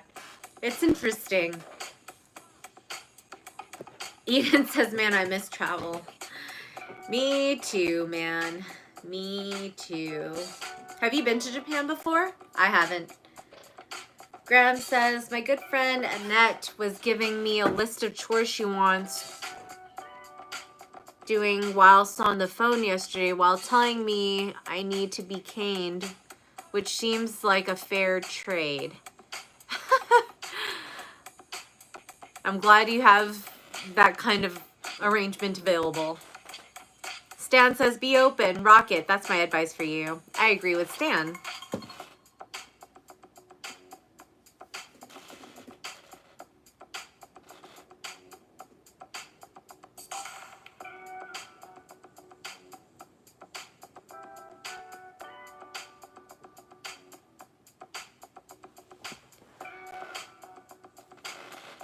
Bradley says, thanks, man.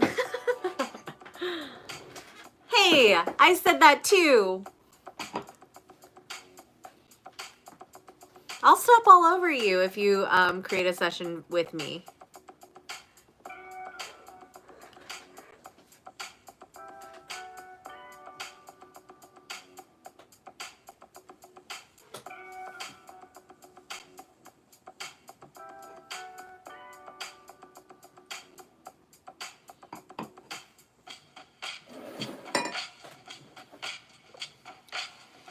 Eden says, 2 times it was awesome, but when I tried to hit up places with anything to do with erotica, I was not let in because the language barrier, I assume. Oh, that sucks. Boo. Alrighty. Stan says, don't be creepy or pushy about that. Keep being open and good things will happen. Haha. I'm sorry. Alright. I'm going to use a restroom really quick, but I will be right back.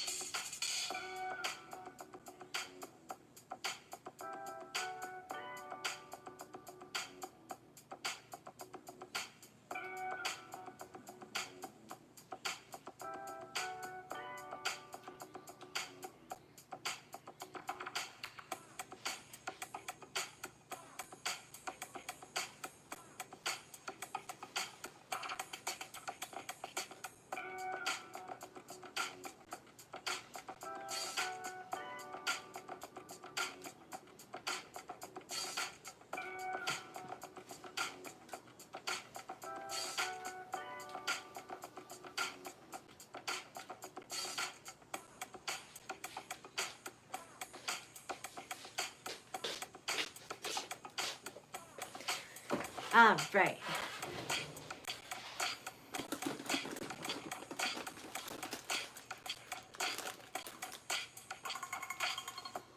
Bradley says, good advice, man. I really do appreciate it. Eden says, okay, guys, now is the time we tell our secrets. Stan, OMG, there's a person sitting there, I swear, oh my god. Matt, cool beats, dog. Thanks.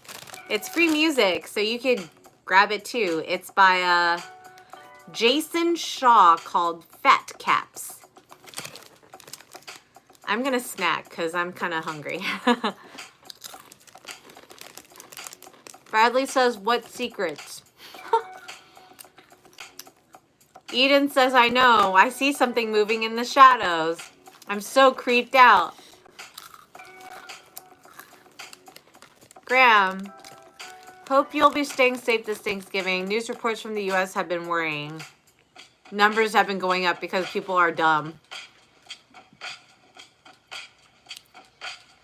Stan says, next to the guitar. What? What are you guys looking at? Like, I don't understand.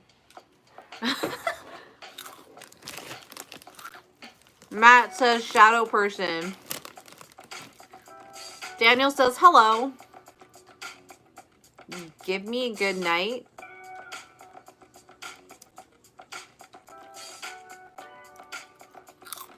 Okay. Stan says, it has a headscape of some sort. You guys are focusing on the wrong things.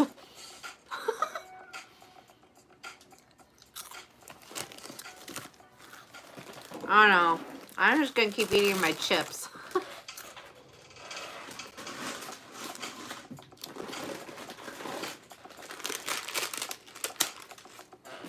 Eden says, nah, it's the same wall where Miss Mara's shadow is.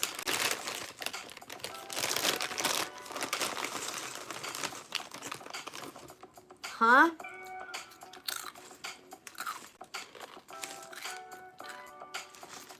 I don't know.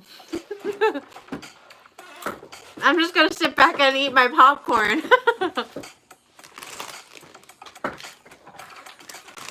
Bradley says, what do y'all see? I don't see anything. Just keep talking about feet. That's what I'm interested in.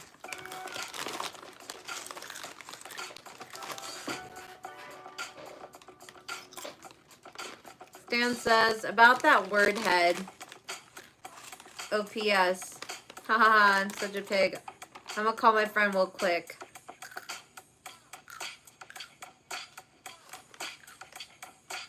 Daniel says, show me your feet.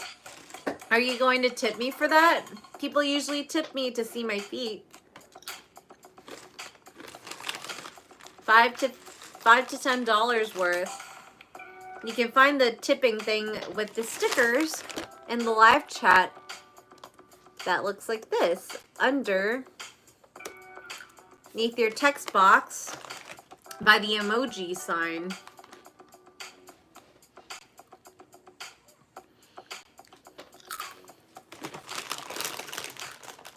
Eden says, behind her shadow, but I'm assuming that there's just a combination of things that makes it look like a human shadow.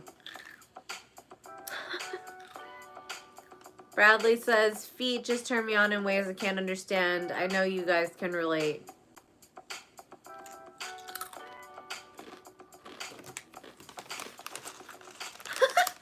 Stan says, are you demanding something from Mistress? Yeah, he is. Graham says, everyone's been watching too many haunted house movies. Mistress has lovely feet, by the way. Thanks, Graham. I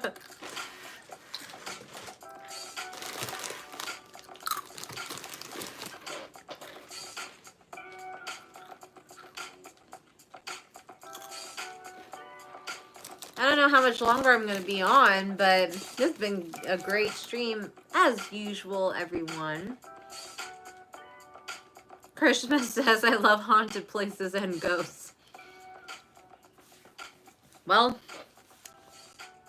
'tis the season, I suppose. Even after Halloween. You know, we have like the Nightmare Before Christmas, you know?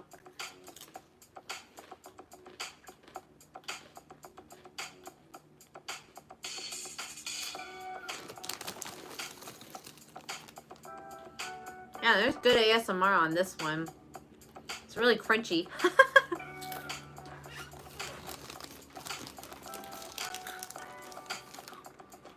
Daniel says, what's the color of your panties?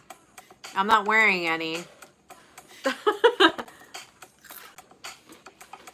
Stan says, watch a movie called Event Horizon. That will blow your mind. Awesome movie. It's about a spaceship that goes to hell and back. Huh. Graham says, I love the Japanese ring films. So creepy. I didn't think they were creepy at all. Raymond says, Mistress has beautiful hands too. Aw, thanks.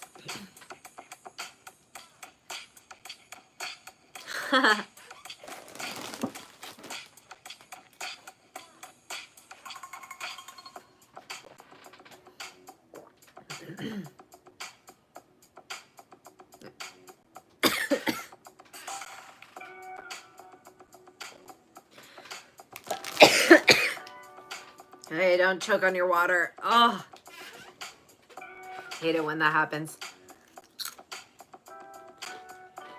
Eden says, yo, why are you people asking such questions? Feels a bit intrusive. Or am I just white knighting? Huh? About what? Stan says, is hand fetish a thing? If I might ask, I haven't really heard anything about it. Anything's a fetish.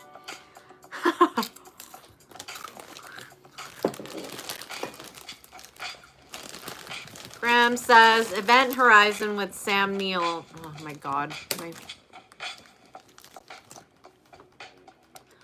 Yes, I enjoyed that.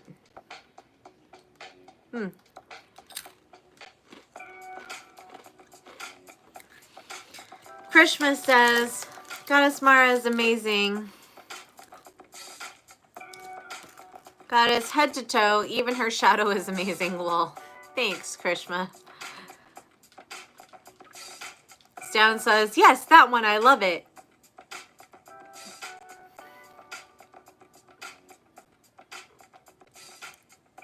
Daniel says, what's better, ball busting or POT? I don't know what POT is.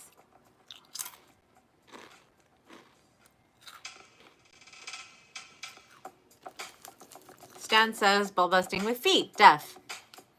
Daniel says, yeah. All right, I'm going to say, yeah, okay. You guys obviously know what you're talking about. I don't know what POT is.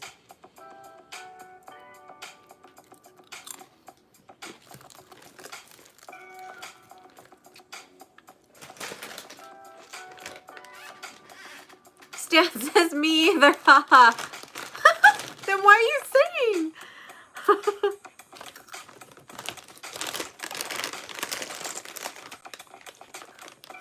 Bradley says, ball busting is crazy. I love ball busting. That's one of my favorite things to do. You can check on iwantmara.com for more information.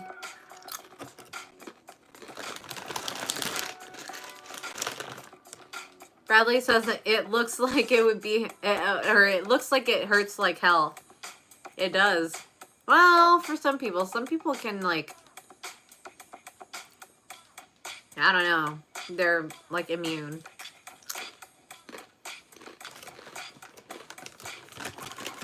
Eden says, it just seems like they were demanding by just asking you to show your pics and asking about your underwear. But I do get a lot is lost in texting like tone, so maybe they're just joking. Oh no, that's why I'm asking them to, or not asking. That's why I'm requesting them to tip me, because I'm not going to do those things unless I'm being tipped. Like my previous streams. You guys got to watch my previous streams to know what I'm talking about.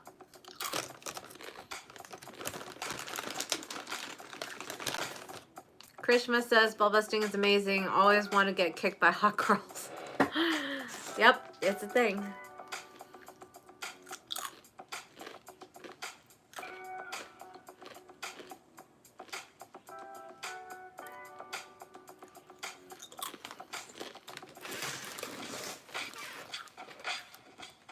He says, wish it was a thing in India. Bradley says, poor balls. You'll get over it. Edie says, saw a ball busting video where the girl was kicking the sack with flip-flops. Ghetto.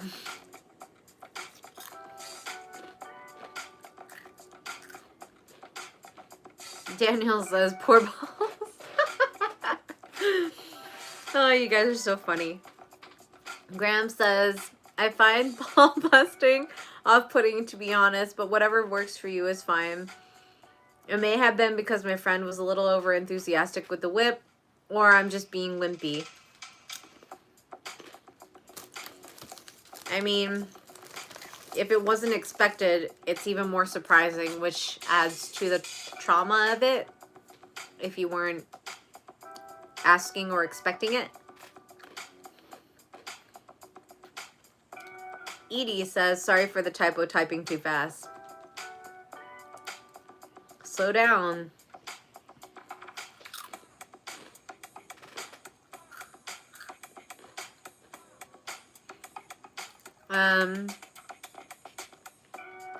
Krishma says, ball bust with spiky boots. It's a thing.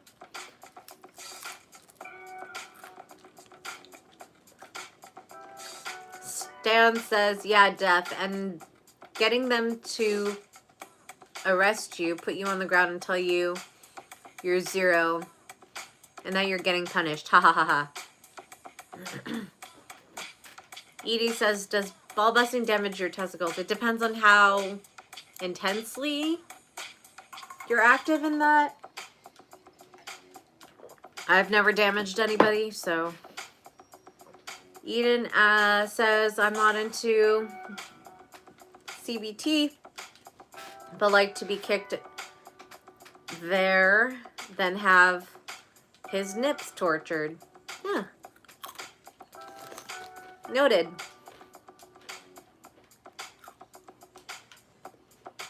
Stan says, nah, hell nah, not with spiky boots.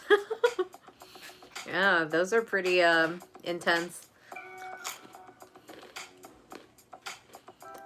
Bradley says, yeah, ball busting sound like everything is gonna go wrong with that. It doesn't if the girl knows what they're doing. And I know what I'm doing, so.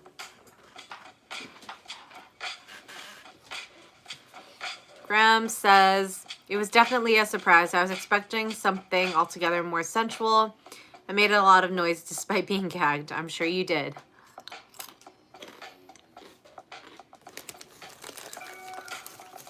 Daniel says blue balls sound better. I think a lot of guys would agree with you on that one, actually.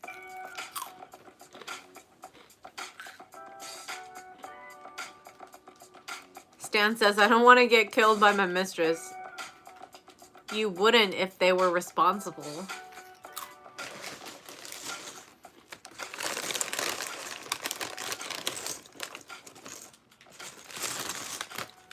Krishma says, I love giving my online and social media control to hot girls, but don't really like the real blackmail.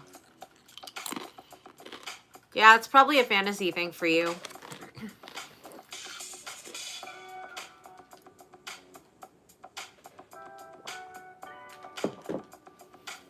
Stan says, spiky boots is a weapon. Just kidding. Spiky sharp boots. Yeah, they are. Eddie says, not the saline infusion balls. Makes your sack look like an elephant. Oh, man. That's great.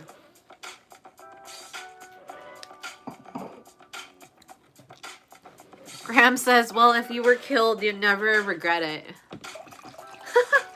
I think they could regret it. How much it would affect, I don't know. Daniel says, yeah, hot girls like the videos of Miss Mara. Aw, thanks. Thanks, Daniel.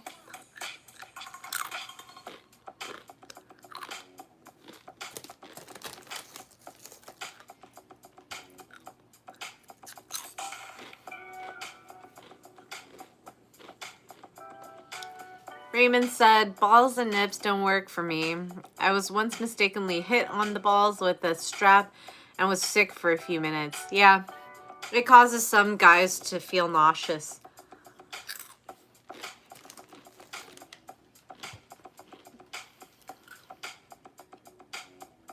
Eden says, I mean, if he dies, he for sure won't be able to regret it at all. Okay, I get it. I get what you're going for now. Maybe in the afterlife, or if he ever reaches heaven or hell, he'll be like, oh, I felt it there too.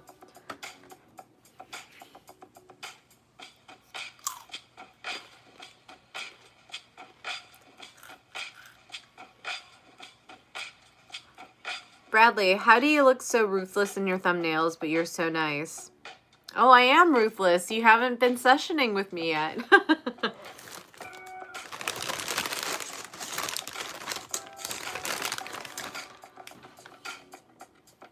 Daniel says, never dies of pleasure.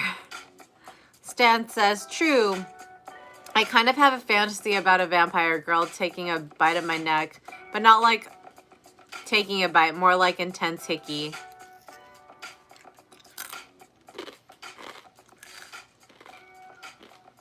Daniel says, it's better bit of balls?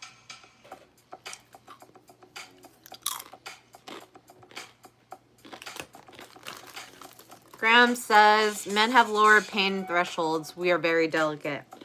Yeah, you guys are babies. Like, women give birth to babies, and they can handle so much physical, emotional, mental pain. Men can't do any of those. And we call you men. Krishma says, do you enjoy blackmail fantasy in an online session? Yes, I've done it many times.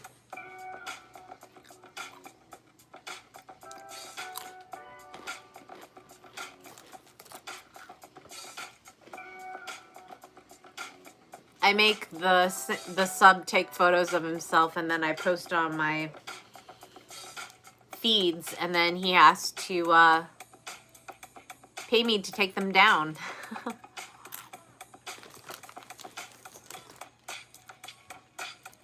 Bradley says, degrading AF, lol. To which one? Eddie says, the blood stays in. Don't really want a dominatrix session where blood is drawn or tasted for pleasure. Yeah, I'm not into heavy blood play either. I'll do small stuff like needles, but that's it. Stan says, do you believe in elves, trolls, vampires, etc.? I think I'm sort of pagan, but in the Greek mythology spectrum.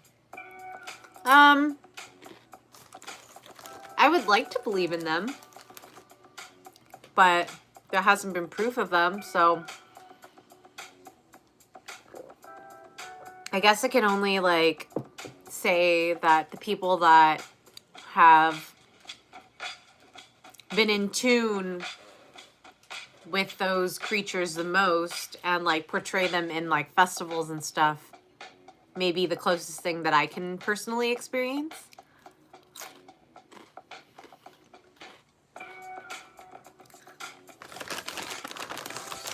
Krishma says, one day when I got my finger cut, my college mate asked me if he could taste some, lol. Maybe he had a thing for you. Eden says, I got some good memes that contradict the whole notion that a woman can handle pain better. Have you seen those? If not, I'll send them your way. No, I haven't, but I'm also not interested because women can actually. So, no memes will convince me otherwise because memes are, like, basically jokes. Half true, half not.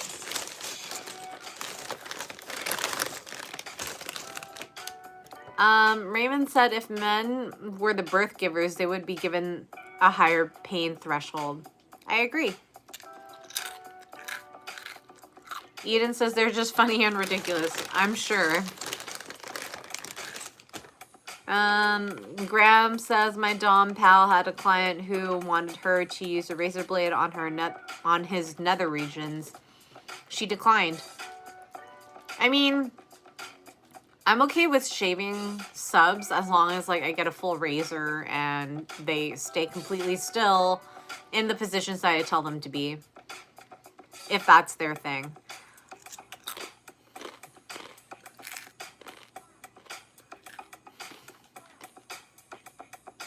Krishma says, nope, he definitely liked blood, and there were rumors he's into some Satan stuff or vampire-y stuff. Oh. Cool, he wanted those. Edie says, I think the worst sessions involve fisting. I've seen some nasty stuff in porn sites. Porn is... Okay. Prawn is not accurate to actual sessions. I'm going to repeat that. The things that you see online that are like scripted by actual directors with like prawn stars are not the same as actual sessions. Take it as you will. Daniel says, do you like hentai? Not particularly. And yes, I'm pronouncing it this way because I can't really say it on my stream necessarily. So, you guys understand. Stan says, do you mean homemade BDSM prawn, Eddie? I can't really put that on my chat, but I'm saying it out loud. Bradley says, really interesting things you guys are into.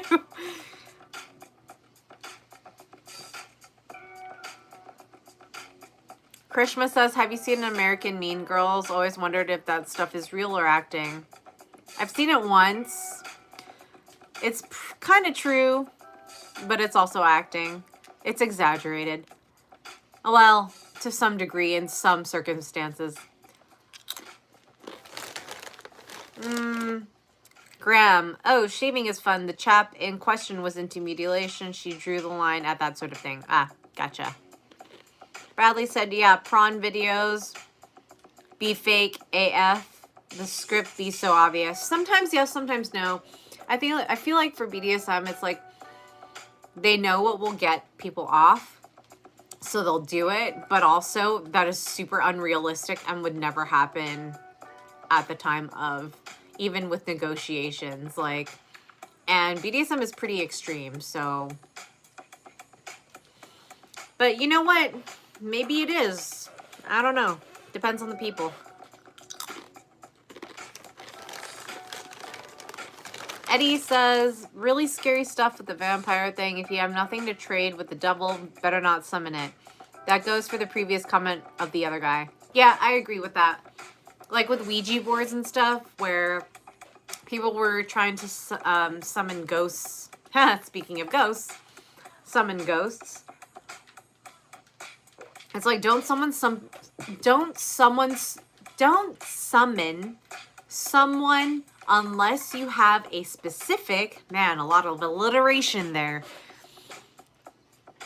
intention to do so. Like, if you need to talk to them and ask a spirit about something that has happened in their life and you know specifically what had happened and you're asking for advice or asking for, like, backtracking on their, like, I don't know, history of how they died, I don't know what it is, then you have some sort of reason to connect with them. If you don't, why the hell would you summon somebody or something? What, for the fun?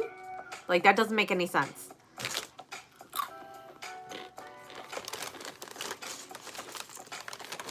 Stan says, I can imagine you being mean as hell, Mara. Yeah, I can. I don't need to imagine. I know I am.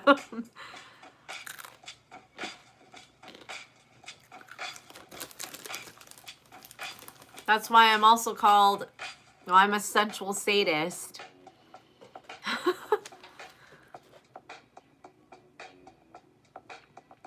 Bradley says, I can too. Okay. Krishna says, If a ghost comes and try to suck my soul, it'll starve and get depressed. Well, I hope I can shed a very, happy or joyous ray of light in your life, Krishna. Bradley says I would be scared to be around.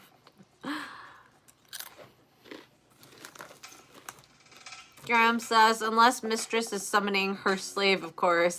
But I wouldn't need like a Ouija board or some sort of like spiritual tool or essence to do that. I would literally just call them or text them or message them, email them, and be like, I need you at this date, at this time. This is what's going to happen. You're coming, or I'm going to ask somebody else.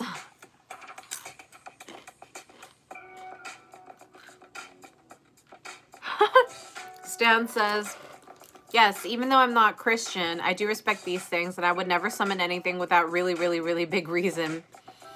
I mean, even if I wasn't baptized Catholic or any religion, honestly, like, why would you disturb any spirit?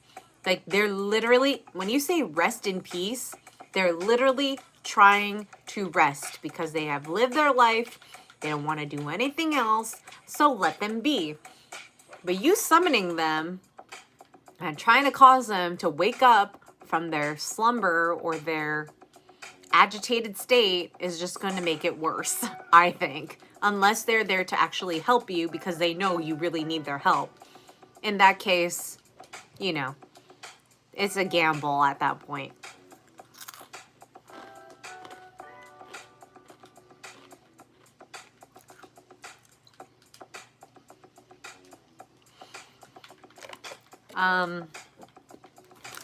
Eddie, you said you typed out something that starts with even scripted.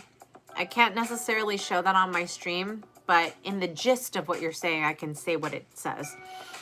He says, even scripted, I love when the dominatrix participates and engages in sex. Seen some videos where the dominant lady also gets sex with dominant men. Yeah, those are called alphas, and I mean, there's a whole like cucking thing that goes into that. Krishna says, plus I would call a ghost because I think it's cool. Plus, what can they do to me? Possess you? Ruin your life? Because you made them mad?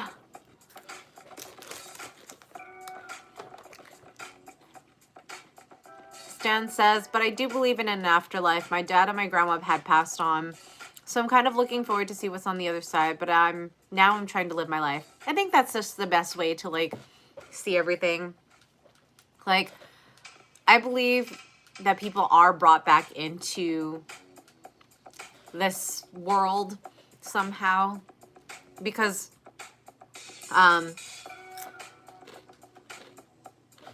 I have really like deep grooves on my hands, and I've gotten my hands read twice.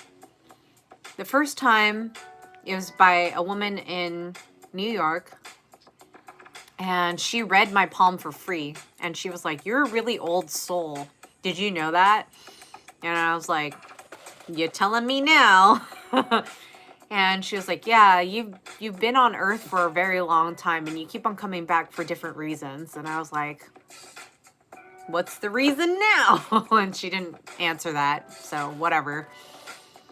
And then, I don't know.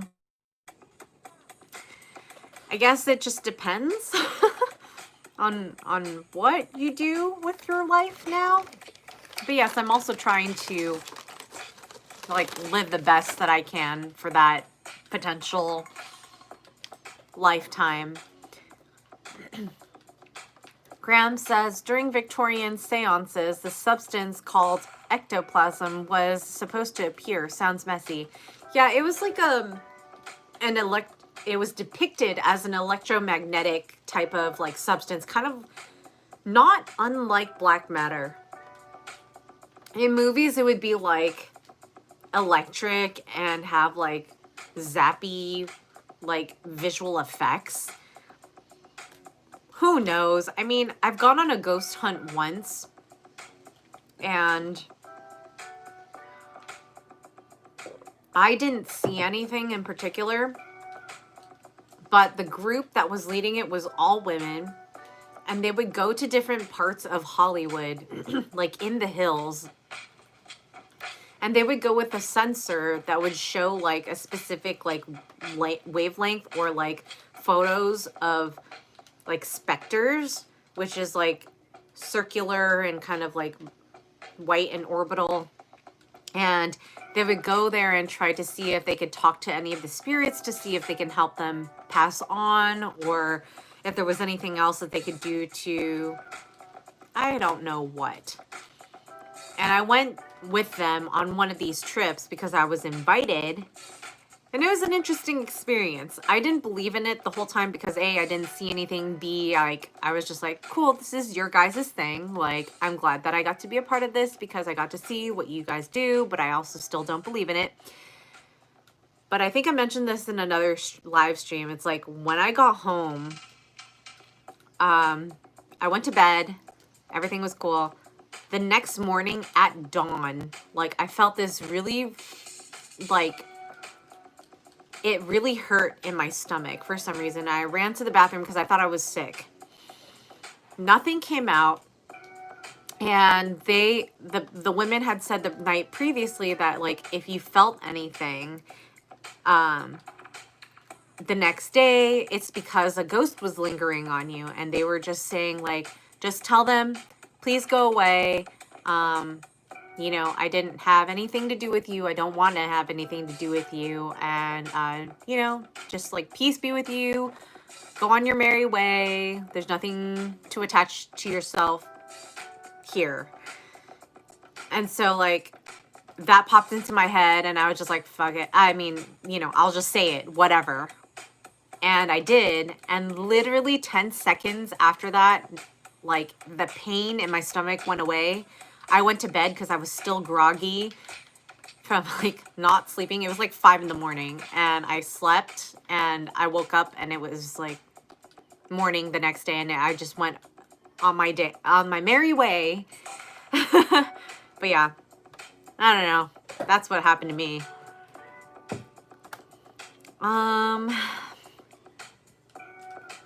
Let's see.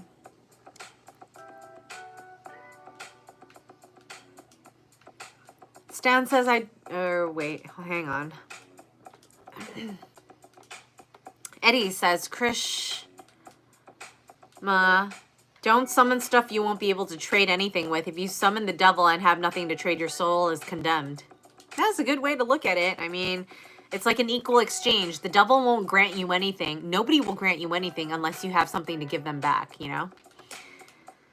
If it's a part of your soul or a part of, like, something that you have in the living world, if you can't trade it, don't do it. Stan says, I understand I've experienced things that I can't explain recently, but I think it's my dad and my grandma telling me that they are with me and they're looking forward to seeing me again. Aw, that's so sweet. Yeah.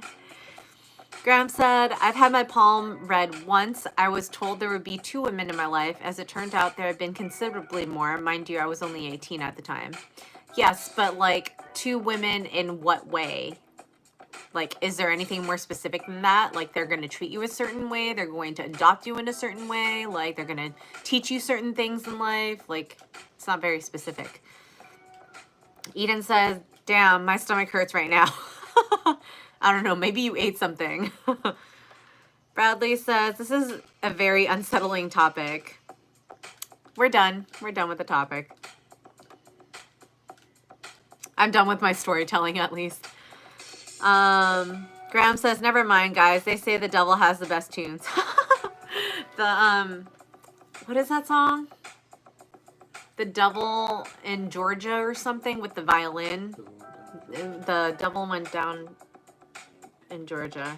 Yeah.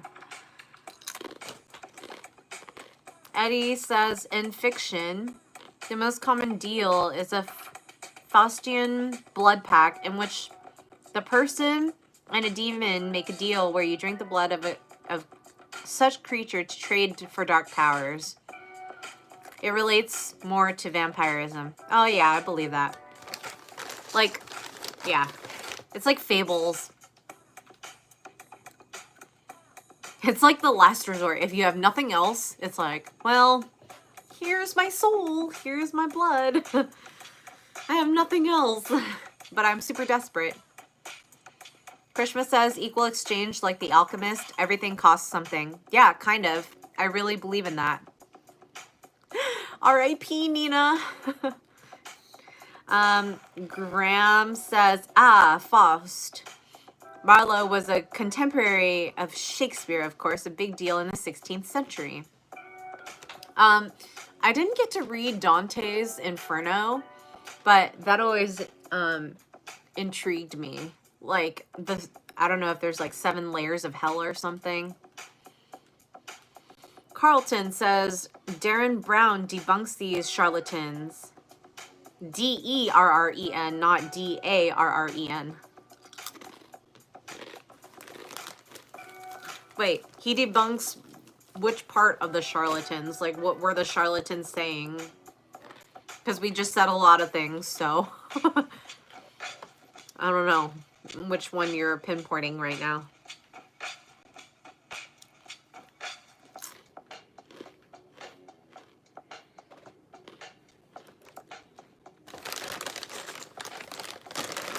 Okay, I need to stop eating these.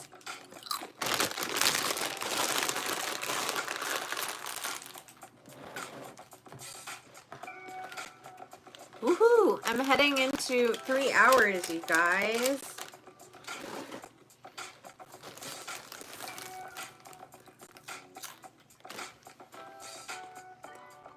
Krishma says, Eddie, how to do it, lol. I would trade for a much cheaper price.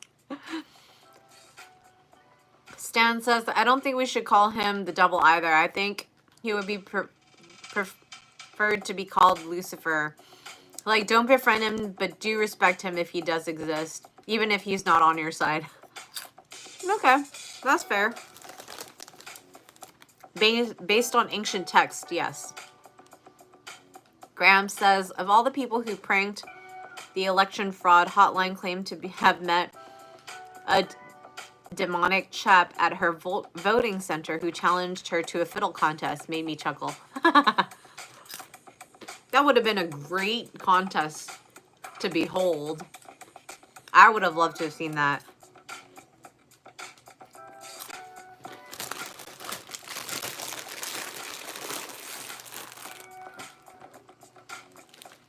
All right. Enough snacking. Eden says, even though I've been creeped out by the shadow in Miss Mario's wall, I don't believe in the supernatural in the rational sense, but what I do consider is what if a ghosts are just energy that have negative and positive emotional effects on people? Yeah. That's a thing. That's why people call them spirits.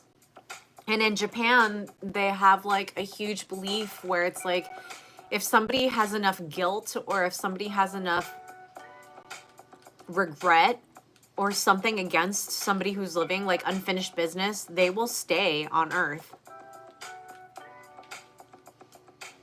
Stan says, gotta bounce, but it was nice talking to you, Miss Mara. Valete.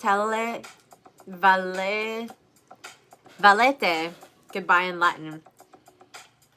Valete. That's like a farewell, right? But yeah, take care, Stan.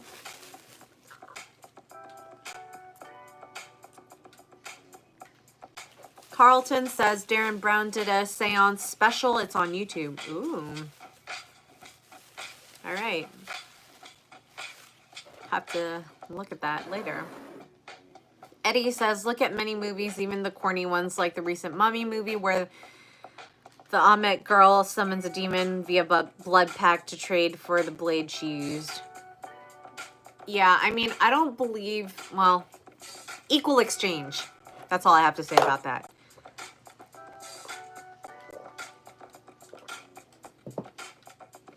Krishma says, I don't think ghosts or spirits exist. I think after you die, that's it. It's over. End of the road. Just like before you were born, you cease to be. I don't agree with that because for me personally, I have dreams that of things that happen later on in life. Like I've already lived it, but I'm reliving it to do something different. I don't know. I don't think you should discredit everything just because you don't see it or believe it, kind of thing.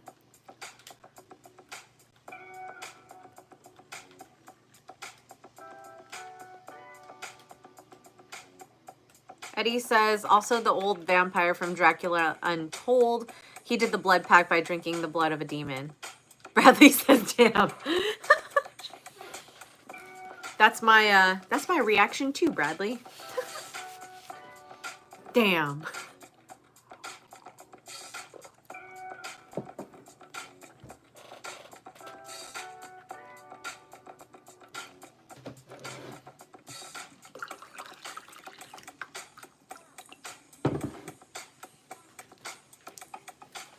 But yeah, are there any last questions, concerns, comments before I end the stream tonight?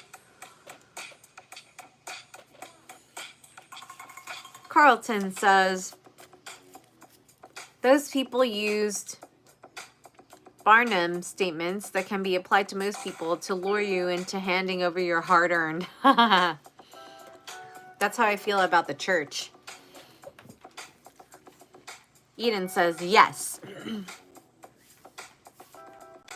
Graham says, the rock band Black Sabbath used to get pestered by so-called Satanists. In the end, Ozzy took them backstage and led them in a sacred diabolical chant by singing Happy Birthday to You. You know, I went to a suspension event one time, and there were two groups of people there that were hosting it. One of them was a group that got kind of sucked into it, meaning like they needed more, the original group needed more people to do the event, and the other people were the people who could actually facilitate a venue space and also like did the same thing that they were doing but ritualized it. And I was told by one of the girls that was in it, like, because I mentioned that the main people said that they were satanics, and she was like, no, they're just posers, they're not really. And I was like, how do you know whether or not somebody is one or not? Like, I didn't know there was like a definition of what is a Satanist or not. And it was just interesting that, I don't know, apparently like you have to be doing or believing in a certain thing. I don't know. I still don't know to this day what she meant or what it means. But yeah. Eden says, it seems you're in the West Coast. Do you have a calendar? It shows when you will be in SoCal. I am in SoCal. I am located in Los Angeles. You can look on my travel page on dominamara.org where I am and where I'll be when. And you can sign up for my newsletter so that you know when I travel next. Bradley says, should I be scared to do a session with you? Will I get ultra dominated? Not if you fill in my RSVP form properly, because I will tailor it to you and what your interests are and what your experience is. Eddie says, is levitation considered demonic power? If true levitation truly existed, then probably. Everybody would probably consider that witchcraft. And you know what they did to witches when they didn't understand that in the Dark Ages.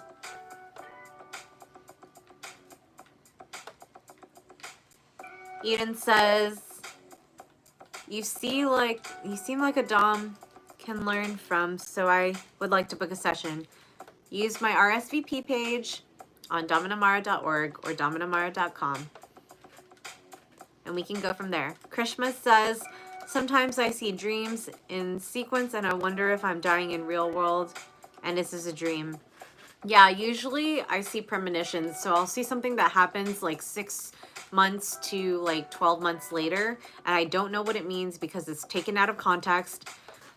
I don't know who the people are. I don't know what's happening. And then later on when it happens, I'm like, oh, I dreamt about this already. But like, it's nothing crazy. Like, it doesn't warn me against anything. It doesn't prevent me from doing anything. It just happens. And I'm just like, oh, I dreamt about this.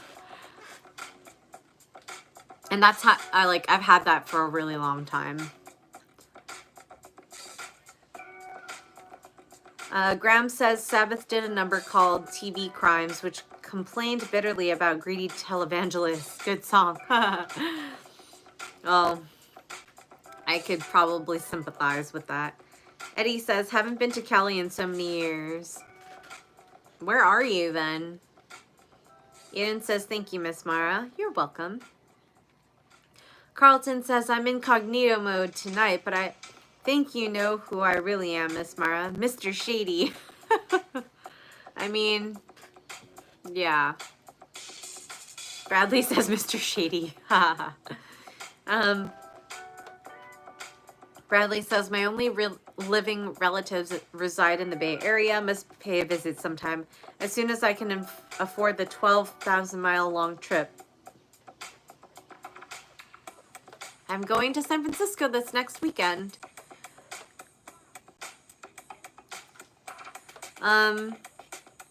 Krishna says, I've had such dreams too, but majority are BS horror dreams, so hard to make sense of it. Mine aren't horror based at all. Mine are just like, they're realistic, but they're like taken out of context, so I'm just like, WTF, until I get to it and I'm like, oh, I've seen this before. And then I'm like, huh, didn't think it would go the way it did, but it did. I don't know. Great.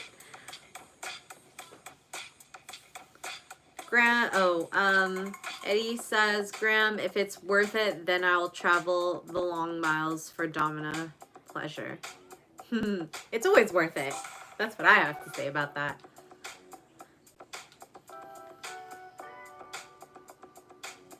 Alrighty. Any last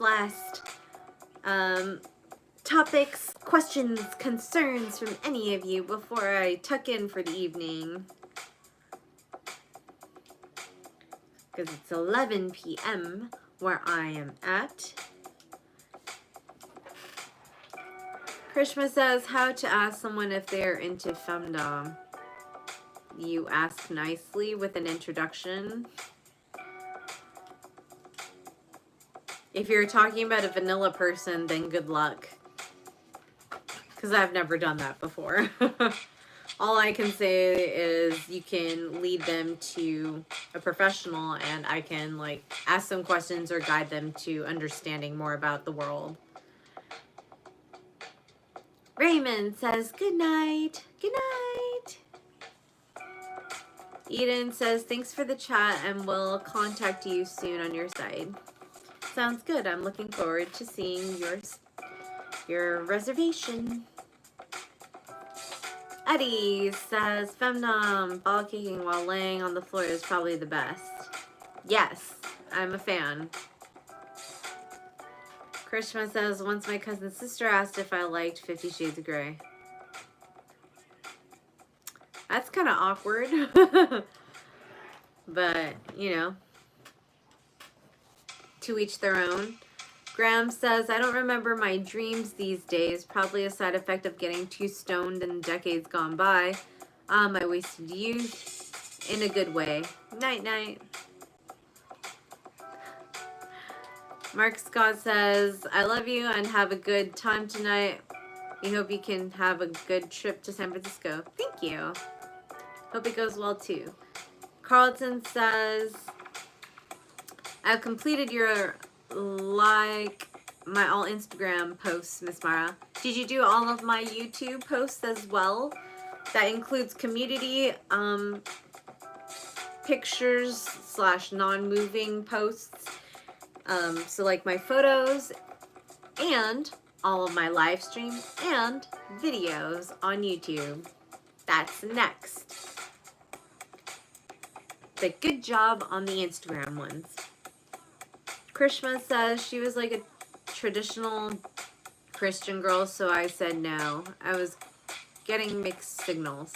Yeah, no is always best with mixed signals. Carlton says watching all your YouTube vids is quite undertaking though, Miss Mara, but in a good way. Like them as you watch them. And take your time. Take as much time as you need. Alrighty, guys. Pleasure talking with all of you tonight. I am tucking in, and I will see you next week. Have a good week ahead.